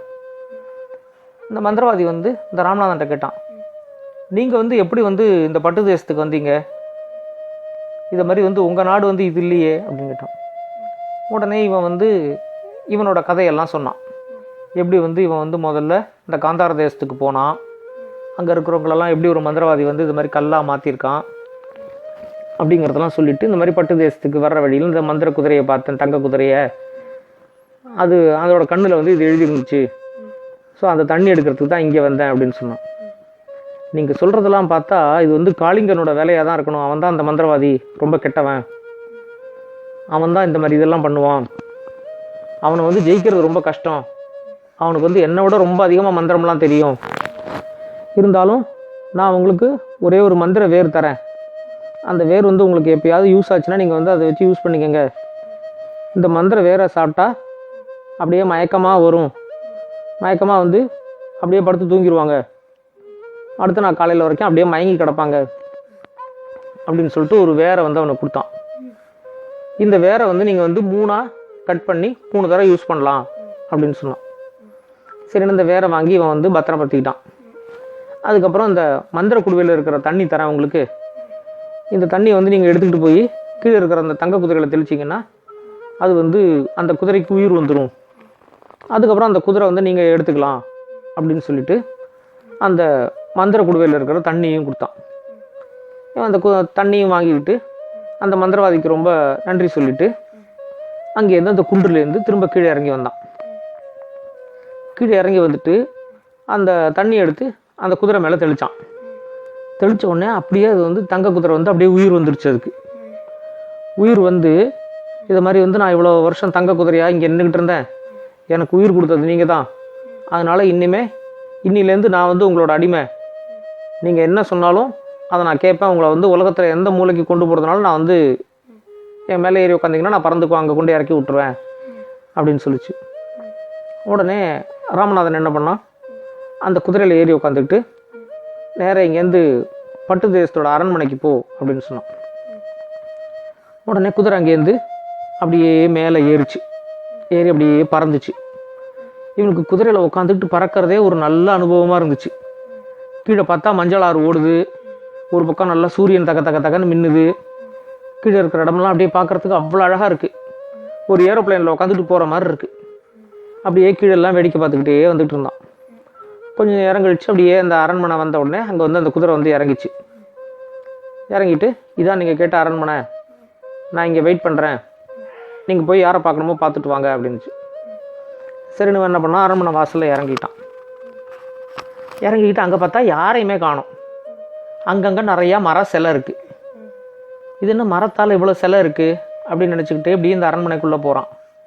போகும்போது தான் இவனுக்கு வந்து ஞாபகம் வந்துச்சு, இந்த காந்தார ராஜா கூட சொன்னாரே, இது மாதிரி பட்டு தேசத்தோட ராஜாவுக்கும் நான் வந்து ஒரு தகுந்த பாடம் கற்பிச்சிருக்கேன் அப்படின்னு சொல்லி அந்த மந்திரவாதி சொன்னானே, ஒருவேளை இங்கே இருக்கிறவங்களெல்லாம் மர சிலையாக மாற்றிட்டானோ அப்படின்னு நினச்சிக்கிட்டு கிட்டுக்கிட்டுன்னு அந்த அரண்மனைக்குள்ளே போனான். இவன் நினச்சது சரிதான். அங்கே போய் பார்த்தா அந்த ராஜாவோட உடம்பு மட்டும் மரத்தில் இருக்குது, தலை மட்டும் மனுஷ தலையாக இருக்குது, மிச்சம் எல்லாரும் மரபொம்மையாக இருக்காங்க. அந்த ராஜா வந்து, நீ வருவேன்னு எனக்கு தெரியும், யாரோ ஒருத்தர் வந்து தான் என்னை காப்பாற்றணும் அப்படிங்கிறதுக்காக இதை மாதிரி என்னோடய தலையை மட்டும் நார்மலான தலையாக விட்டு வச்சுருக்கான் மந்திரவாதி அப்படின்னு சொன்னான். உடனே இங்கே என்ன நடந்துச்சு அப்படின்னு சொல்லி இவன் கேட்டோடனே அந்த மந்திரவாதி வந்து, யாரோ ஒரு மந்திரவாதி வந்து இதை மாதிரி வந்து காந்தார தேசத்துக்கு வந்து புதுசாக ஆயுதம்லாம் கொடுக்குறான் அப்படிங்கிறது எனக்கு தெரிஞ்ச உடனே எங்கள் நாட்டோட பாதுகாப்புக்காக நான் என்ன பண்ணேன், எங்கள் நாட்டில் இருக்கிற இந்த சீனர்கள் இருக்காங்கள்ல, சைனாக்காரங்க, அவங்கள கொஞ்சம் பேரை வந்து நான் வந்து காந்தார தேசத்துக்கு அனுப்பிச்சேன். அவங்க வந்து அந்த ஆயுதம்லாம் பார்த்துட்டு வந்தே அதே மாதிரி ஆயுதத்தை வந்து நாங்களே ரெடி பண்ணிடுவோம், அது மாதிரி பார்த்த உடனே நாங்களும் வந்து அதே மாதிரி ஆயுதம்லாம் நாங்கள் ரெடி பண்ணிட்டோம், அதனால் எங்களுக்கு வந்து இப்போ காந்தார தேசத்து மேலே பயம் இல்லை அப்படின்னு நினச்சிக்கிட்டு இருந்தோம். அப்போ திடீர்னு ஒரு நாளைக்கு அந்த மந்திரவாதி இங்கே வந்துட்டு இது மாதிரி காந்தார தேசத்தில் நான் கொடுத்த ஆயுதங்கள்லாம் நிறையா வச்சுருக்காங்க, அதே மாதிரி ஆயுதம்லாம் நான் உங்களுக்கு தரேன், நீங்கள் வந்து காந்தார தேசம் வந்து உங்கள் மேலே படையெடுத்து வந்துச்சுன்னா நீங்கள் வந்து அதை உபயோகிச்சுக்கலாம் அப்படின்னு சொன்னான். நான் உடனே எங்களுக்கு அதெல்லாம் ஒன்றும் தேவையில்லை, எங்கள்கிட்ட அது மாதிரி ஆயுதம்லாம் இருக்குது, நீ கிளம்பு அப்படின்னு சொன்னோம். அதுக்கே அந்த மந்திரவாதிக்கு பயங்கர கோவம் வந்துருச்சு. உடனே இந்த நாட்டு இளவரசியை வந்து அவனுக்கு கல்யாணம் பண்ணி கொடுக்க சொன்னான். நாங்கள் முடியாதுன்னு சொன்ன உடனேயே எங்களை எல்லாரையும் மர பொம்மையாக மாற்றிட்டான். ஒவ்வொரு பௌர்ணமி அன்னைக்கு அவன் இங்கே வருவான். வந்தான்னா அவன் வந்து என்கிட்ட கேட்பான், இன்றைக்காவது சொல்லு உன்னோட பொண்ணை எனக்கு கல்யாணம் பண்ணி கொடுக்குறியா அப்படின்னு சொல்லி கேட்பான். நான் முடியாதுன்னு சொன்னேன்னா அவன் போயிடுவான். அவனுக்கு வந்து ஒரு முனிவரோட சாபம் இருக்குது. அந்த முனிவர்கிட்ட தான் அவன் வந்து போய் மந்திரம்லாம் கற்றுக்கணும்னு நினச்ச உடனே அவன் என்ன பண்ணான், அந்த முனிவரோட பொண்ணை வந்து முதல்ல கல்யாணம் பண்ணிப்போம், அதுக்கப்புறம் அந்த முனிவர் வந்து எல்லா மந்திரத்தையும் நமக்கு சொல்லி கொடுத்துருவார் அப்படின்னு நினச்சிட்டு அந்த முனிவரோட பொண்ணுக்கிட்ட போய் நீ என்னை கல்யாணம் பண்ணிக்கோ அப்படின்னு சொன்னான். அந்த பொண்ணு வந்து கல்யாணம் பண்ணிக்க மாட்டேன்ருச்சு. அதுக்குள்ளே அந்த முனிவர் வந்து இதை தெரிஞ்சு அவனுக்கு வந்து ஒரு சாபம் விட்டார். இது மாதிரி யாரை வந்து நீ வந்து கல்யாணம் பண்ணிக்கிறதுனாலும் அவங்களும் அதுக்கு ஓகேன்னு சொல்லணும், அந்த பொண்ணை பெற்றவங்களும் அதுக்கு ஓகேன்னு சொல்லணும். அப்போ தான் வந்து உன்னோட கல்யாணம் வந்து நடக்கும் ஒழுங்காக. நீ வந்து அதை மீறி வந்து அந்த பொண்ணை வந்து நீ கல்யாணம் பண்ணிக்கிறதுக்கு ட்ரை பண்ண அப்படின்னா உன் தலை வெடித்து நீ செத்துருவே அப்படிங்கிற மாதிரி அவனுக்கு ஒரு சாபத்தை விட்டார். அதனால் எங்களோட சம்மந்தம் இல்லாமல் அவன் வந்து எங்களோட பொண்ணை வந்து கல்யாணமே பண்ணிக்க முடியாது. அந்த கோவத்தில் அவன் வந்து எல்லாரையும் இங்கே மரமாக மாற்றிட்டு என்னோடய பையன் வந்து பனி தேசத்தில் படிச்சுட்டு அவன் வந்தான். அவனையும் வந்து அரெஸ்ட் பண்ணி கூப்பிட்டு போயிட்டான். அவனும் இப்போ எங்கே இருக்கான்னு தெரில, யாராவது வந்து எங்களை காப்பாற்ற மாட்டாங்களான்னு சொல்லி நாங்களும் ரொம்ப கஷ்டப்பட்டுக்கிட்டு இருக்கோம் அப்படின்னு சொன்னார். சொன்ன உடனே ராமநாதன் வந்து காந்தார தேசத்தில் எப்படி நடந்திருக்கோ அதே மாதிரி தான் உங்களுக்கும் நடந்திருக்கு, அந்த மந்திரவாதி எங்கே இருக்காங்கிற மாதிரி உங்களுக்கு எதாவது தெரியுமா அப்படின்ட்டு. இந்த மாதிரி பனி தேசத்தில், அதாவது ரஷ்யாவில் பாலைவனத்துக்கெல்லாம் அந்த பக்கம் தாண்டி பயங்கர குளிர் பிரதேசம் ஒன்று இருக்குது. அங்கே தான் எங்கேயோ அவன் இருக்கான் அப்படின்னு சொல்லி எங்கள்கிட்ட ஒரு தடவை சொல்லியிருக்கான் அப்படின்னு சொல்லி அவர் சொன்னார். சரி, நான் முதல்ல அந்த மந்திரவாதியை தேடிட்டு போகிறேன், போயிட்டு இது மாதிரி நான் எப்படியும் கண்டுபிடிச்சி உங்களெல்லாம் காப்பாற்றுறேன், நீங்கள் ஒன்றும் கவலைப்பட வேண்டாம் அப்படின்னு சொல்லிவிட்டு இந்த ராமநாதன் என்ன பண்ணான், வெளியே வந்துட்டு அவனோட குதிரையில் ஏறி உட்காந்துட்டு நீ இப்போ பனி தேசத்துக்கு போ, பனி தேசத்து அரண்மனைக்கு போ அப்படின்னு சொன்னான். உடனே குதிரை வந்து அங்கேருந்து கிளம்பிச்சு. கிளம்பி 2 நாள் பறந்து பனி தேசத்துக்கு வந்துச்சு. பனி தேசங்கிறது ரஷ்யா. அங்கே பார்த்தா எல்லா இடத்துலையும் பயங்கர குளிர், எல்லா இடமும் ஐஸாகவே இருக்குது கிட்டத்தட்ட, அது மாதிரி இருக்குது. அது மாதிரி இருந்த உடனே நேராக பனி தேசத்து அரண்மனையில் போய் இறங்கினோம். இறங்கின உடனே பார்த்தா வாசல்லலாம் நிறையா கண்ணாடி பொம்மை இருந்துச்சு. உடனே ராமநாதனுக்கு புரிஞ்சிடுச்சு, சரி முதல்ல இருக்கிறவங்களெல்லாம் வந்து கல் சிலையாக மாற்றினான், அடுத்த பட்டு தேசத்தில் இருக்கிறவங்களெல்லாம் மர பொம்மையாக மாற்றினான், இந்த பனி தேசத்தில் இருக்கிறவங்களாம் கண்ணாடி பொம்மையாக மாற்றிருக்கான் போல இருக்கு, இதே தான் இங்கேயும் நடந்திருக்கும் அப்படின்னு நினச்சிக்கிட்டு நேராக அரண்மனைக்குள்ளே போனான். போன உடனேயே அந்த ராஜாவோட தலை அதே மாதிரி மனுஷ தலையாக இருந்துச்சு, உடம்பெல்லாம் கண்ணாடியாக இருக்குது. இவன் வந்து இதான் நடந்துச்சான்னு கேட்டான். அந்த ராஜாவும் ஆமாம் இதான் நடந்துச்சு அப்படின்னு சொன்னான். எங்கள் நாட்டுக்குள்ளே தான் எங்கேயோ இருக்கான் அந்த மந்திரவாதி அப்படின்னு சொல்லி அந்த ராஜாவும் சொன்னார். சரி நான் பார்த்துக்கிறேன் ராஜா, நீங்கள் தைரியமாக இருங்க, எப்படி உங்களெல்லாம் நான் வந்து மீட்டுருவேன் அப்படின்னு சொல்லிட்டு வெளியே வந்து குதிரையில் ஏறி உட்காந்துக்கிட்டு இந்த பனி தேசம் முழுக்க மேலே வந்து அப்படியே பறந்து போ, நான் பார்த்துக்கிட்டே வரேன் அப்படின்னு சொன்னான். குதிரையில் ஏறி உட்காந்துட்டு இப்படி அந்த பனி தேசம் முழுக்க மேலே பறந்து பறந்து பறந்து வந்துகிட்டு இருக்கான். வந்துட்டு இருக்கும்போது பார்த்தா ஒரே ஒரு இடத்துல மட்டும் மரமெல்லாம் அப்படியே நல்லா கருகி கிடக்கு. மிச்ச இடத்துலலாம் மரம்லாம் நல்லா இருக்குது பச்சை பசேல்னு. ஒரே ஒரு இடத்துல மட்டும் பார்த்தா மரமெல்லாம் அப்படியே நல்லா கருகி இருக்குது, முழுக்க கருப்பாக இருக்குது. ஏன் வந்து அந்த இடம் கருகி இருக்குது அப்படின்னு சொல்லி அவன் என்ன பண்ணான், அப்படியே மெதுவாக தாழ்வாக அந்த குதிரையில் பறந்து இறங்கி வந்து அங்கே ஒரு இடத்துல அந்த குதிரையை நிறுத்தினான். நிறுத்திட்டு என்ன காரணத்துக்காக இங்கே இந்த மரம்லாம் கருகி இருக்குன்னு போய் பார்த்துட்டு வரேன், நீ இங்கேயே இரு அப்படின்னு சொல்லிட்டு அந்த குதிரையை நிறுத்திட்டு இவன் போய் பார்த்தான். பார்த்தா அங்கே நடுவில் வந்து ஒரு பெரிய பங்களா இருக்குது. அந்த பங்களாக்கு வெளியில் காவல் காக்கிறதுக்கு 2 டிராகன் நிறுத்தி வச்சுருக்காங்க. அந்த டிராகனோட வாயிலேருந்து அப்படியே நெருப்பாக வந்துக்கிட்டு இருக்கு, 2 டிராகனோட வாயிலேருந்தும். அந்த டிராகனோட வாயிலேருந்து வந்த நெருப்பில் தான் அந்த மரமெல்லாம் பொசுங்கி போய் கருகி கிடக்கு அப்படியே. அதை பார்த்த உடனேயே இவனுக்கு தெரிஞ்சிடுச்சு, சரி இதான் வந்து அந்த மந்திரவாதியோட இருப்பிடம் போல இருக்கு, இங்கே தான் அந்த மந்திரவாதி இருக்கான் அப்படிங்கிற மாதிரி இவன் நினச்சிக்கிட்டான். உடனே நேராக திரும்ப சத்தம் போடாமல் வந்துட்டான். வந்து குதிரைக்கிட்ட வந்து சொன்னான், அது மாதிரி நான் வந்து எப்படியாவது அந்த பங்களாக்குள்ளே போகணும் அப்படின்னா. உடனே குதிரை சொல்லிச்சு, நீங்கள் அங்கே போனீங்க அப்படின்னா 2 டிராகனும் வந்து நெருப்பை விட்டு உங்களை வந்து டோட்டலாக பொசுக்கி எடுத்துரும். நீங்கள் அந்த பங்களாக்குள்ளே இப்போ போக முடியாது. நான் ஒன்று பண்ணுறேன், அந்த 2 டிராகன்கிட்டையும் நான் போயிட்டு அந்த டிராகனுக்கு குறுக்க நடுக்கையும் ஓடுறேன். ஓடின உடனே அந்த டிராகன் வந்து 2 டிராகனும் என்னை துரத்திக்கிட்டு வரும். என்னை பிடிக்க முடியாது அந்த டிராகனால். நான் வந்து டக்குன்னு பறந்துடுவேன். அந்த டிராகன் வந்து என்னை துரத்திக்கிட்டு வரும்போது நீங்கள் வந்து பங்களாக்குள்ளே ஓடிடுங்க அப்படின்னு சொல்லிச்சு. இவனு சரி அப்படின்னா. இந்த குதிரை என்ன பண்ணிச்சு, அந்த டிராகன் இருக்கிற இடத்துக்கு பக்கத்தில் போய் நின்று கணச்சிச்சு. கணச்ச உடனே 2 டிராகனும் ஐயோ குதிரை கணக்கிற சத்தம் கேட்குதே, சரி இன்றைக்கி நமக்கு சாப்பிட்றதுக்கு ஒரு குதிரை கிடச்சிச்சு அப்படின்னு நினச்சிக்கிட்டு 2 டிராகனும் இந்த குதிரையை துரத்துச்சு. இந்த குதிரை என்ன பண்ணிச்சு, செம்ம வேகமாக ஓடிச்சு. ஓடின உடனே இந்த டிராகனும் பின்னாடியே கொஞ்சம் தூரம் ஓடி வந்துச்சு. அதுக்கப்புறம் 2 டிராகனும் பறந்து வர ஆரம்பிச்சிச்சு. உடனே இந்த குதிரையும் பறக்க ஆரம்பிச்சிருச்சு.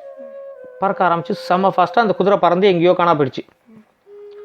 2 டிராகனும் ஒரு நல்ல குதிரை கிடச்சிச்சு சாப்பிட்றதுக்கு. கடைசியில் பார்த்தா அந்த குதிரை நம்மக்கிட்டேருந்து தப்பிச்சிருச்சு. ஐயோ நம்ம பங்களாவை காவல் காக்கணும், மந்திரவாதிக்கு தெரிஞ்சால் நம்ம வந்து குதிரையை பிடிச்சிக்கிட்டு குதிரையை துரத்திக்கிட்டு நம்ம போனோங்கிறது தெரிஞ்சதுன்னா மந்திரவாதி வந்து நம்ம 2 பேர் காலையும் ஒடிச்சிருவான். அதனால் பாவா நம்ம பங்களாவுக்கு காவல் காக்க போவோம் அப்படின்னு சொல்லி திரும்ப 2 டிராகனும் காவலுக்கு வந்துருச்சு. அதுக்குள்ளே பார்த்தா ராமநாதன் என்ன பண்ணான், பங்களாக்குள்ளே எஸ்கேப் ஆகி ஓடிட்டான். உள்ளே ஓடி போனால் பங்களாக்குள்ளே யாருமே இல்லை. இப்படி ஒவ்வொரு ரூமாக திறந்து பார்த்துட்டு வந்தான். வந்து பார்த்தா ஒரு ரூமில் வந்து 2 இளவரசர்களை போட்டு நல்ல தூணோடு சேர்த்து சங்கிலியால் கட்டி வச்சுருக்காங்க. அந்த 2 இளவரசர்களையும் பார்த்த உடனே எனக்கு தெரிஞ்சிருச்சு, ஒருத்தன் வந்து காந்தார இளவரசர், ஒருத்தன் வந்து பட்டுதேச இளவரசன் அப்படின்ட்டு. 2 பேர்ட்டையும் நீங்கள் 2 பேரும் காந்தார இளவரசர் பட்டு இளவரசரான்னு கேட்டால் 2 பேரும் ஆமாம் அப்படின்னாங்க. சரி அந்த இளவரசிகள்லாம் எங்கே இருக்காங்க அப்படின்னு. தெரியல, நாங்கள் இந்த ரூமை விட்டு வெளியில் போனதே இல்லை, எங்களை அரைச்சி கொண்டாந்து இங்கே கொண்டு போட்டு சங்கிலியெல்லாம் கட்டி போட்டான் அப்படின்னு சொன்னாங்க. சரின்ட்டு என்ன பண்ணால் அந்த பங்களாவில் சுற்றி தேடிட்டு வந்தான். ஒரு இடத்துல பார்த்தா ஒரு ரூமில் அந்த 3 இளவரசிகளும் அடைஞ்சு கிடந்தாங்க. அந்த 3 பேரை பார்த்த உடனே இவன் வந்து நீங்கள் வந்து காந்தார இளவரசி, பட்டுதேச இளவரசி, பனிதேச இளவரசியா அப்படின்னான். ஆமாம், எப்படி தெரியும், நீங்கள் யார் அப்படின்னு. நான் வந்து உங்களெல்லாம் காப்பாற்றுறதுக்காக வந்திருக்கேன், ஏதாவது பண்ணி இந்த மந்திரவாதிட்டேருந்து உங்களை காப்பாற்றணும், அதுதான் வந்து இப்போதைக்கு நம்மளோட ஐடியா அப்படின்னு சொன்னான். எங்களுக்கெல்லாம் நம்பிக்கையே இல்லை, எங்கேருந்து வந்து இந்த மந்திரவாதிட்டேருந்து நம்ம தப்பிச்சு போவோங்கிற நம்பிக்கையே எங்களுக்கு டோட்டலாக போயிடுச்சு, நாங்கள் தினைக்கும் சேர்ந்து உட்காந்து அழுதுகிட்டு இருக்கோம் அப்படின்னு சொன்னாங்க. அதெல்லாம் ஒன்றும் கவலையப்படாதீங்க, எப்படியும் காப்பாற்றிடலாம் அப்படின்னு சொல்லிட்டு இவன் என்ன பண்ணான், இதை மாதிரி நீங்கள் யாராவது ஒருத்தர் தைரியமாக மந்திரவாதிகிட்ட வந்து நல்லா பேசுவீங்க அப்படின்னா சொல்லுங்கள், நான் வந்து ஐடியா சொல்கிறேன் அப்படின்னு சொன்னான். உடனே 3 பேரில் இந்த பனிதேச இளவரசி சொன்னான், நான் பேசுகிறேன், என்ன ஐடியான்னு சொல்லுங்கள் அப்படின்னு சொன்னான்.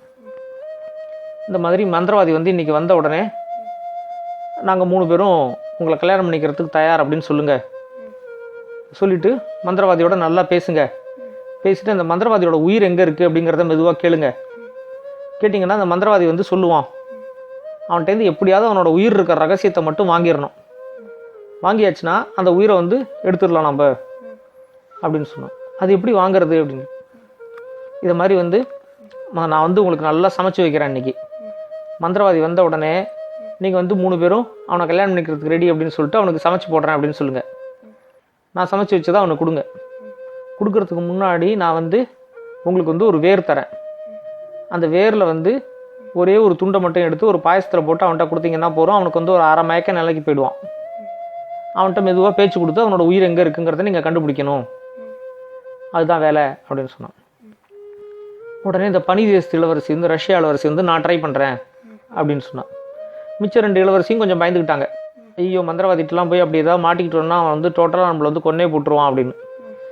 பனிதேச இளவரசி வந்து சொன்னால், இங்கே அடிமையாக இருக்கிறதுக்கு மாட்டிக்கிட்டு செத்து போனாலும் பரவாயில்ல, நான் பண்ணுறேன் அதை அப்படின்னு.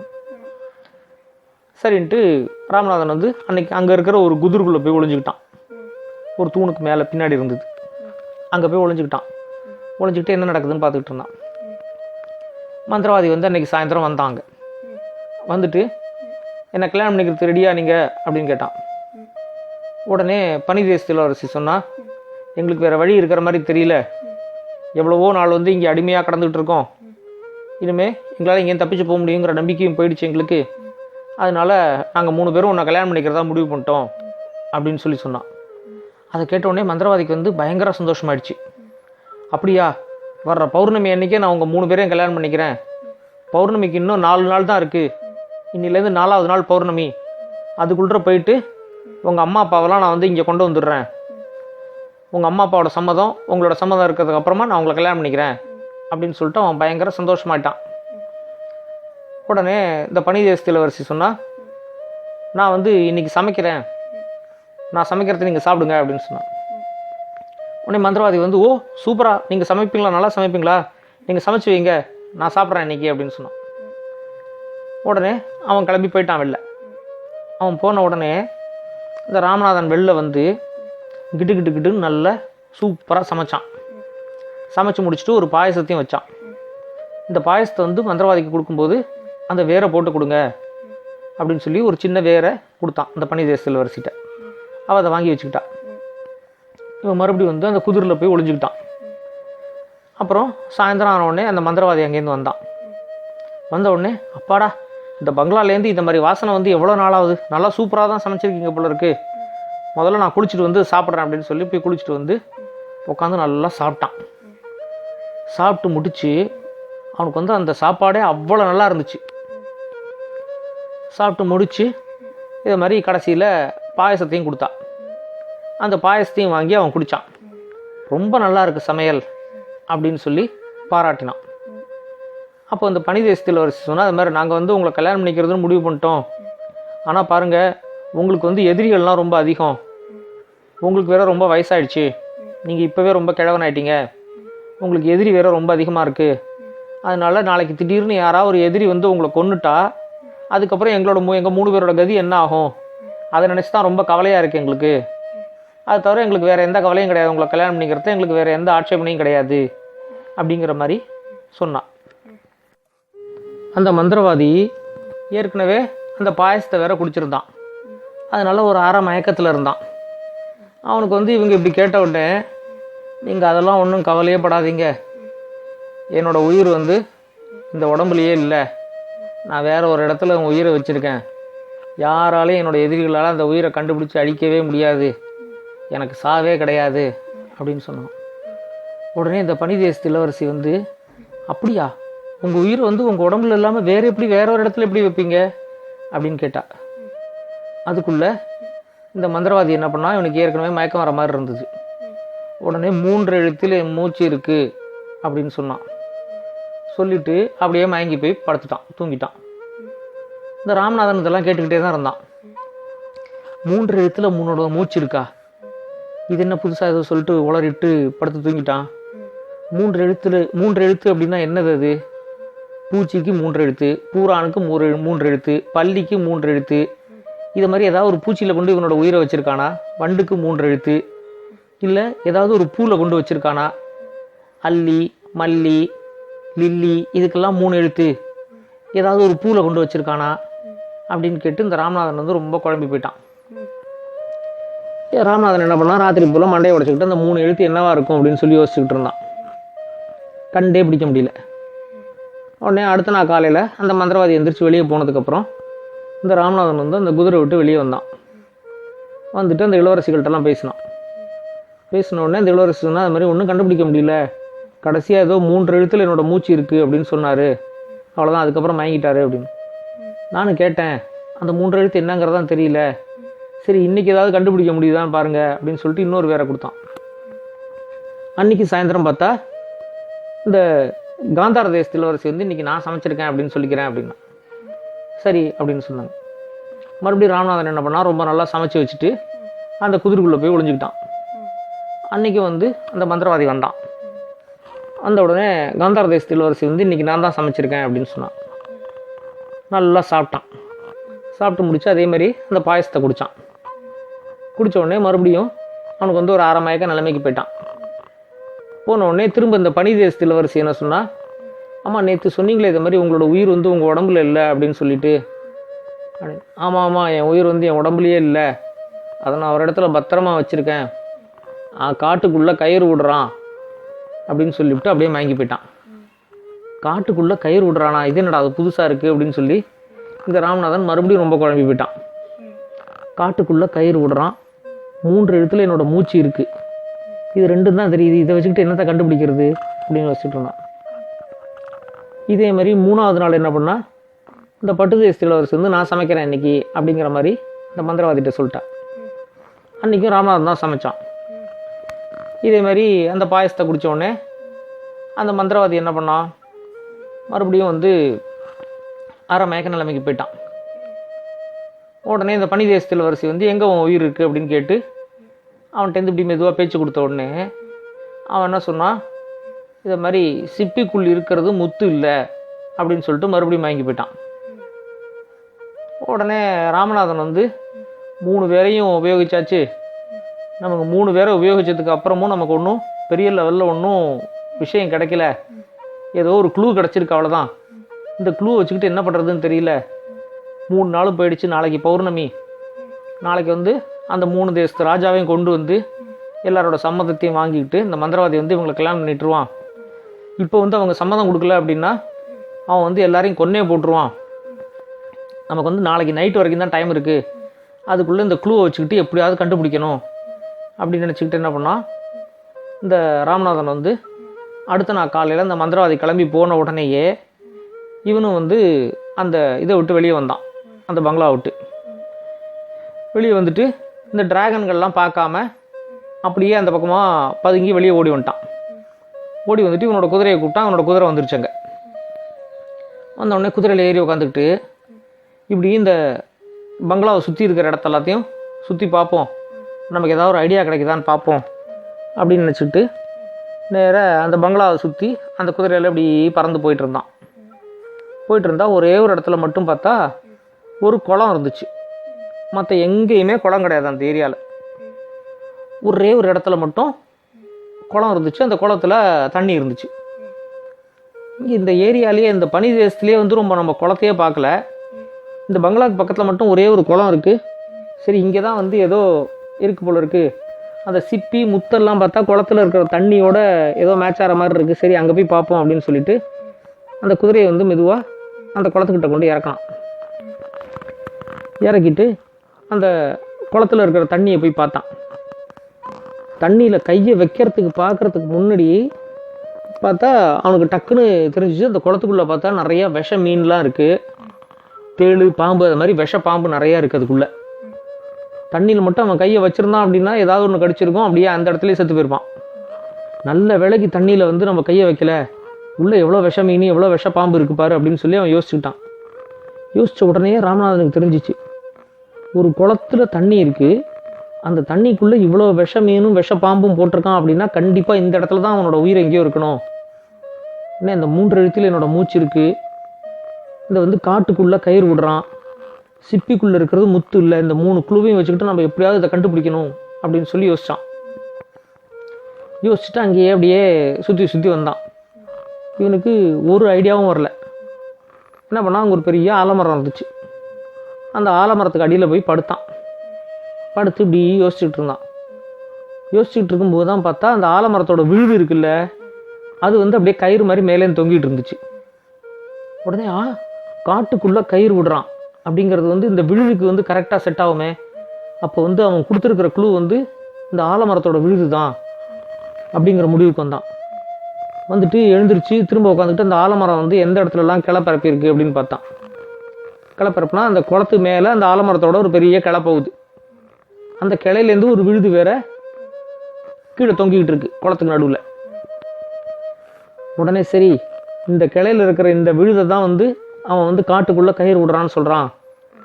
ஆனால் வந்து எப்படி வந்து இதை கண்டுபிடிக்கிறது அப்படின்னு வச்சுக்கிட்டு இப்படி யோசிச்சுக்கிட்டே இருந்தான். அந்த குளத்துக்குள்ள நிறையா தாமரை பூ மலர்ந்துக்கிட்டு இருந்துச்சு. மலர்ந்து இருந்துச்சு. அந்த தாமரைப்பூவில் ஒரே ஒரு தாமரை மட்டும் தண்ணிக்குள்ளேருந்து அப்படியே வெளியில் வருது. வந்துட்டு ஒரு நிமிஷம் 2 நிமிஷம் தான் தண்ணிக்கு மேலே இருக்குது. அதுக்கப்புறம் மறுபடியும் தண்ணிக்குள்ளே போயிடுது. அந்த மாதிரி ஒரே ஒரு தாமரைப்பூ மட்டும் பண்ணிகிட்டு இருந்துச்சு. மிச்சம் எல்லா தாமரைப்பூவும் வெள்ளை கலரில் இருக்குது. இந்த ஒரே ஒரு தாமரைப்பூ மட்டும் சிவப்பு கலரில் இருக்குது. உடனே இவனுக்கு வந்து அந்த தாமரைப்பூவில் தான் ஏதோ இருக்குது. ஸோ சிப்பிக்குள் இருப்பது முத்தல்ல அப்படின்னு அவன் சொல்லியிருக்கானே. சரி, அப்போ வந்து தாமரைப்பூவை தான் வந்து அவன் சிப்பின்னு சொல்லியிருக்கான். அந்த தாமரைப்பூக்குள்ளே என்னவோ இருக்குது, அதை வந்து அந்த தாமரைப்பூவை எப்படியா பறிச்சிடணும் அப்படின்னு நினச்சிக்கிட்டான். நினச்சிக்கிட்டு அந்த தாமரைப்பூ வந்து எந்த இடத்துல மேலே வருதுன்னு பார்த்தா கரெக்டாக அந்த ஆலமரத்தோட விழுது வந்து ஒரு இடத்துல தொங்குது இல்லை, அந்த இடத்துக்கிட்ட தான் அந்த தாமரைப்பூ வந்து மேலே வருது. அது மேலே வரும்போதே பார்த்தா நிறைய விஷ மீன் விஷ பாம்பெல்லாம் அந்த தாமரைப்பூக்கு மேலே அங்கே இங்கே துள்ளிக்கிட்டே இருக்குது. அது எதாவது கடித்தாலும் அவ்வளோதான் காலி. ஸோ எப்படியாவது அந்த தாமரைப்பூவை பறிக்கணும் அப்படின்னு சொல்லி முடிவு பண்ணான். முடிவு பண்ணிட்டு என்ன பண்ணால், நிறையா ஆலமரத்தோட விழுது எல்லாத்தையும் வெட்டினான். வெட்டி அது எல்லாத்தையும் ஒரு பெரிய கயிறு மாதிரி கட்டி தயாரித்தான். ஒரு கயிறு தயாரித்தான்.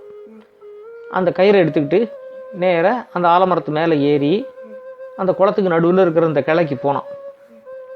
கிளைக்கு போயிட்டு அந்த பூ வந்து மேலே வர்ற இடம் இருக்குல்ல, அந்த இடத்துக்கு மேலே வந்து உட்காந்துக்கிட்டு அந்த ஆலம் விழுதில் இவன் தயாரித்து வச்சுருக்கிற கயிறை எடுத்து இவனோட காலில் நல்லா கட்டி முடிச்சு போட்டுக்கிட்டான்.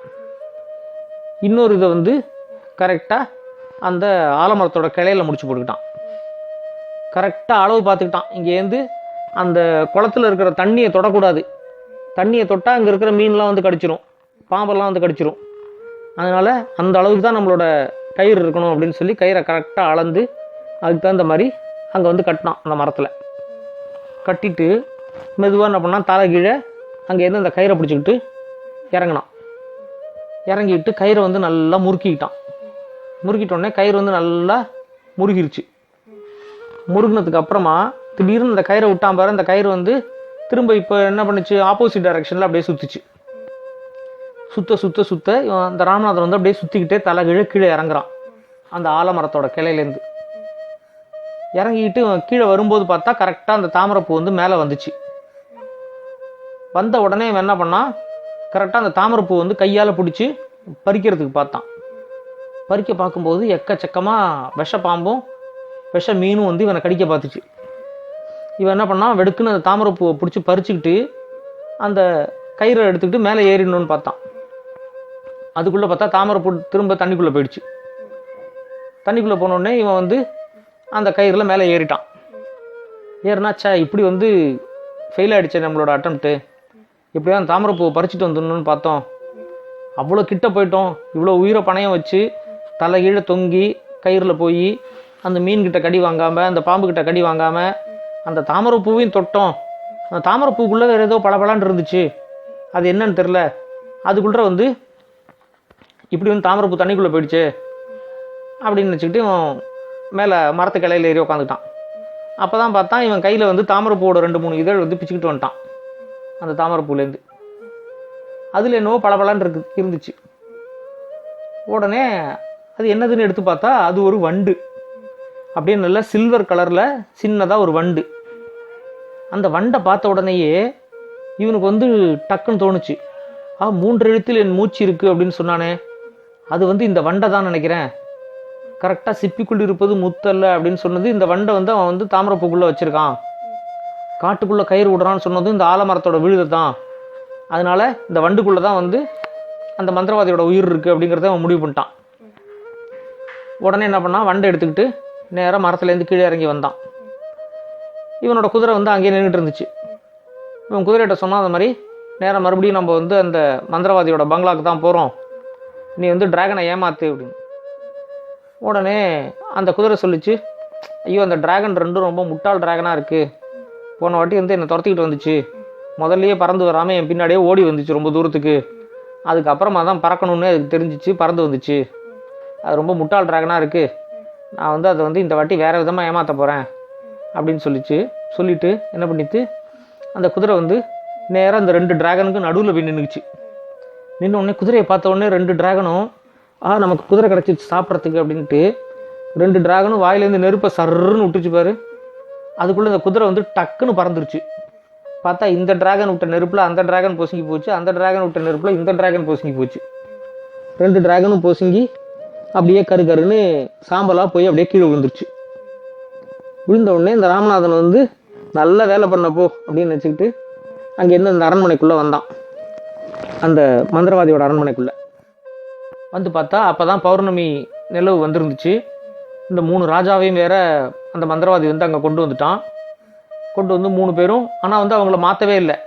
ஒருத்தன் வந்து அப்படியே கல் சிலையாக இருக்கான், தலை மட்டும் அந்த காந்தார தேசத்து ராஜாவோட தலை. இன்னொருத்தனுக்கு அப்படியே மரபொம்மையாக இருக்குது, தலை மட்டும் இந்த பட்டு தேசத்து ராஜாவோட தலை. இன்னொருத்தனுக்கு அப்படியே உடம்பு ஃபுல்லாக கண்ணாடியாக இருக்குது, தலை மட்டும் இந்த பனி தேசத்து ராஜாவோட தலை. இதை மாதிரி 3 பொம்மையும் அப்படியே தூக்கிட்டு வந்து அங்கே வச்சுருந்தான். உங்கள் 3 இளவரசிக்கு வந்து என்னை கல்யாணம் பண்ணிக்கிறதுக்கு ரொம்ப சம்மந்தம், நீங்கள் மட்டும் சம்மந்தம் சொல்லுங்கள், நான் இப்போ கல்யாணம் பண்ணிக்க போகிறேன் 3 பேரையும், இல்லைன்னா உங்களை வந்து எல்லாரையும் கொண்டுடுவேண்ணா அப்படின்னு சொன்னான். உடனே அவங்களுக்கும் பார்த்தா, ஐயோ நம்ம இளவரசிகளே சம்மந்தம் சொல்லிட்டாங்க, இனிமேல் நமக்கு வேறு வழியே இல்லை அப்படிங்கிற மாதிரி அவங்க நினச்சிக்கிட்டாங்க. நினச்சிக்கிட்ட உடனே சரி எங்களுக்கும் வேறு வழி இல்லை அப்படின்னு சொல்லி சம்மதம் அப்படின்னு சொன்னாங்க 3 பேரும். அதுக்குள்ளே பார்த்தா இந்த இளவரசிகள் எல்லாமும், ஐயோ நம்மளை வந்து காப்பாற்றுறதுக்குன்னு ஒருத்தன் வந்தான், அவனும் வந்து கிளம்பி எங்கேயோ போனான், எங்கே போனான்னு தெரில, ஆளையே காணோம், நம்மளை வந்து சரியான ஒரு இக்கட்டில் மாட்டி விட்டு போயிட்டான், நம்ம இங்கே ஒழுங்காக அடிமையாக இருந்துகிட்டு இருந்தோம், இப்போ பாரு இன்றைக்கி வந்து இவனை கல்யாணம் பண்ணிக்கிற மாதிரி ஆயிடுச்சு அப்படின்னு நினச்சிட்டு 3 இளவரசிகளும் ரொம்ப வருத்தத்தோடு உட்காந்துருந்தாங்க. அப்போ பார்த்தா திடீர்னு இந்த ராமநாதன் வந்து உள்ளே வந்தான். உள்ளே வந்துட்டு நிறுத்து கல்யாணத்தை அப்படின்னு சொல்லி ஒரு சத்தம் போட்டான். போட்டோடனே இந்த மந்திரவாதி வந்து, யாரா நீ சின்ன பையன், எப்படி உள்ளே வந்த என் டிராகனை தாண்டி அப்படின்னா. உன் டிராகன்லாம் பொசுங்கி போய் சாம்பலா கிடக்கு அப்படின்னு சொன்னான். டிராகன் பொசுங்கி போய் சாம்பலா கிடக்கா, இப்போ நான் உன்னை எப்படி சாம்பலாக்குறேன் பாரு அப்படின்னு சொல்லிட்டு இந்த மந்திரவாதி என்ன பண்ணான், அவனோட கையில் இருக்கிற மந்திரக்கோலை எடுத்து இப்படி கையை தூக்கி ஏதோ ஒரு மந்திரத்தை சொல்ல பார்த்தான். இரு இப்போ உன்னால் மந்திரத்தை சொல்ல முடியாது அப்படின்ட்டு என்ன பண்ணால், ஒரு வண்டை எடுத்து அந்த வண்டோட கையை பிடிச்சி ஒடிச்சு விட்டான், ஒரு காலை பிடிச்சி ஒடிச்சு விட்டோடனே மந்திரவாதி வந்து அம்மான்னு கத்திக்கிட்டு அந்த மந்திரக்கோலை கீழே போட்டான். அவனோட கையை பிடிச்சி யாரோ முறுக்கி விட்ட மாதிரி இருந்துச்சு. உடனே ஐயோ வலி தாங்க முடியல அப்படின்னு சொல்லி அந்த மந்திரவாதி கத்துனான். இப்போ பாரு உன் உயிர் என் கையில் இருக்குது அப்படின்னு சொல்லிட்டு அந்த வண்டை காமிச்சான். அந்த வண்டை காமிச்சோடனே, ஐயோ இந்த வண்டை நீ எப்படி எடுத்த அப்படின்னு கேட்டான். நான் எப்படி எடுத்தேங்கிறது இருக்கட்டும், இப்போ பாரு உன் உயிர் இவ்வளோதான் அப்படின்னு சொல்லிட்டு அவன் கையில் இருக்கிற கத்தியால் அந்த வண்டை குத்தினான். குத்தின உடனே அவ்வளோதான், அந்த மந்திரவாதி அப்படியே கீழே விழுந்து அங்கேயே செத்து போயிட்டான். செத்து போன உடனே எல்லாருக்கும் பயங்கர சந்தோஷமாயிடுச்சு. இந்த 3 ராஜாவோட உடம்பும் நார்மலான உடம்பாயிடுச்சு.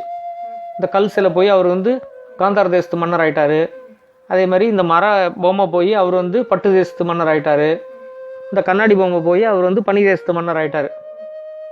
உடனே அவங்க 3 பேரும், அப்பாடா மந்திரவாதி ஒழிஞ்சான், எல்லாருக்கும் விடுதலை கிடச்சிருச்சு அப்படின்னு சொல்லி எல்லாரும் சந்தோஷமாக இருந்தாங்க.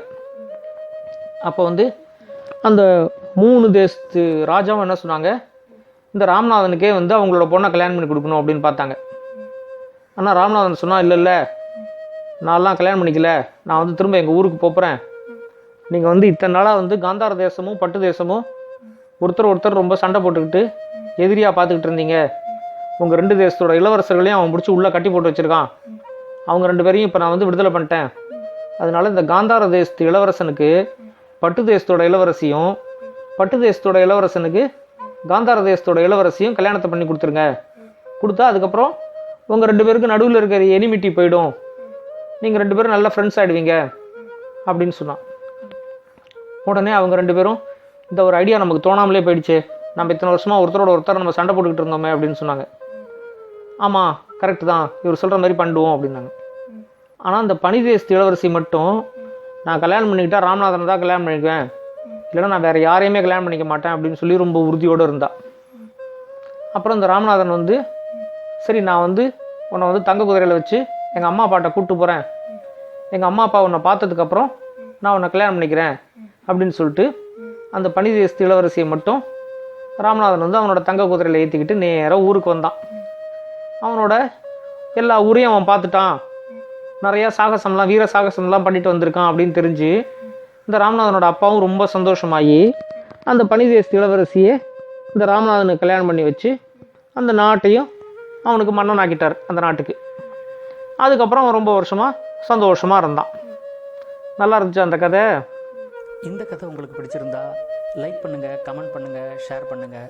முக்கியமாக மறக்காமல் சேனலை சப்ஸ்கிரைப் பண்ணுங்கள். உங்களுக்காக, உங்கள் குழந்தைகளுக்காக இன்னும் இது மாதிரி நல்ல நல்ல கதைகள் வந்துக்கிட்டே இருக்குது.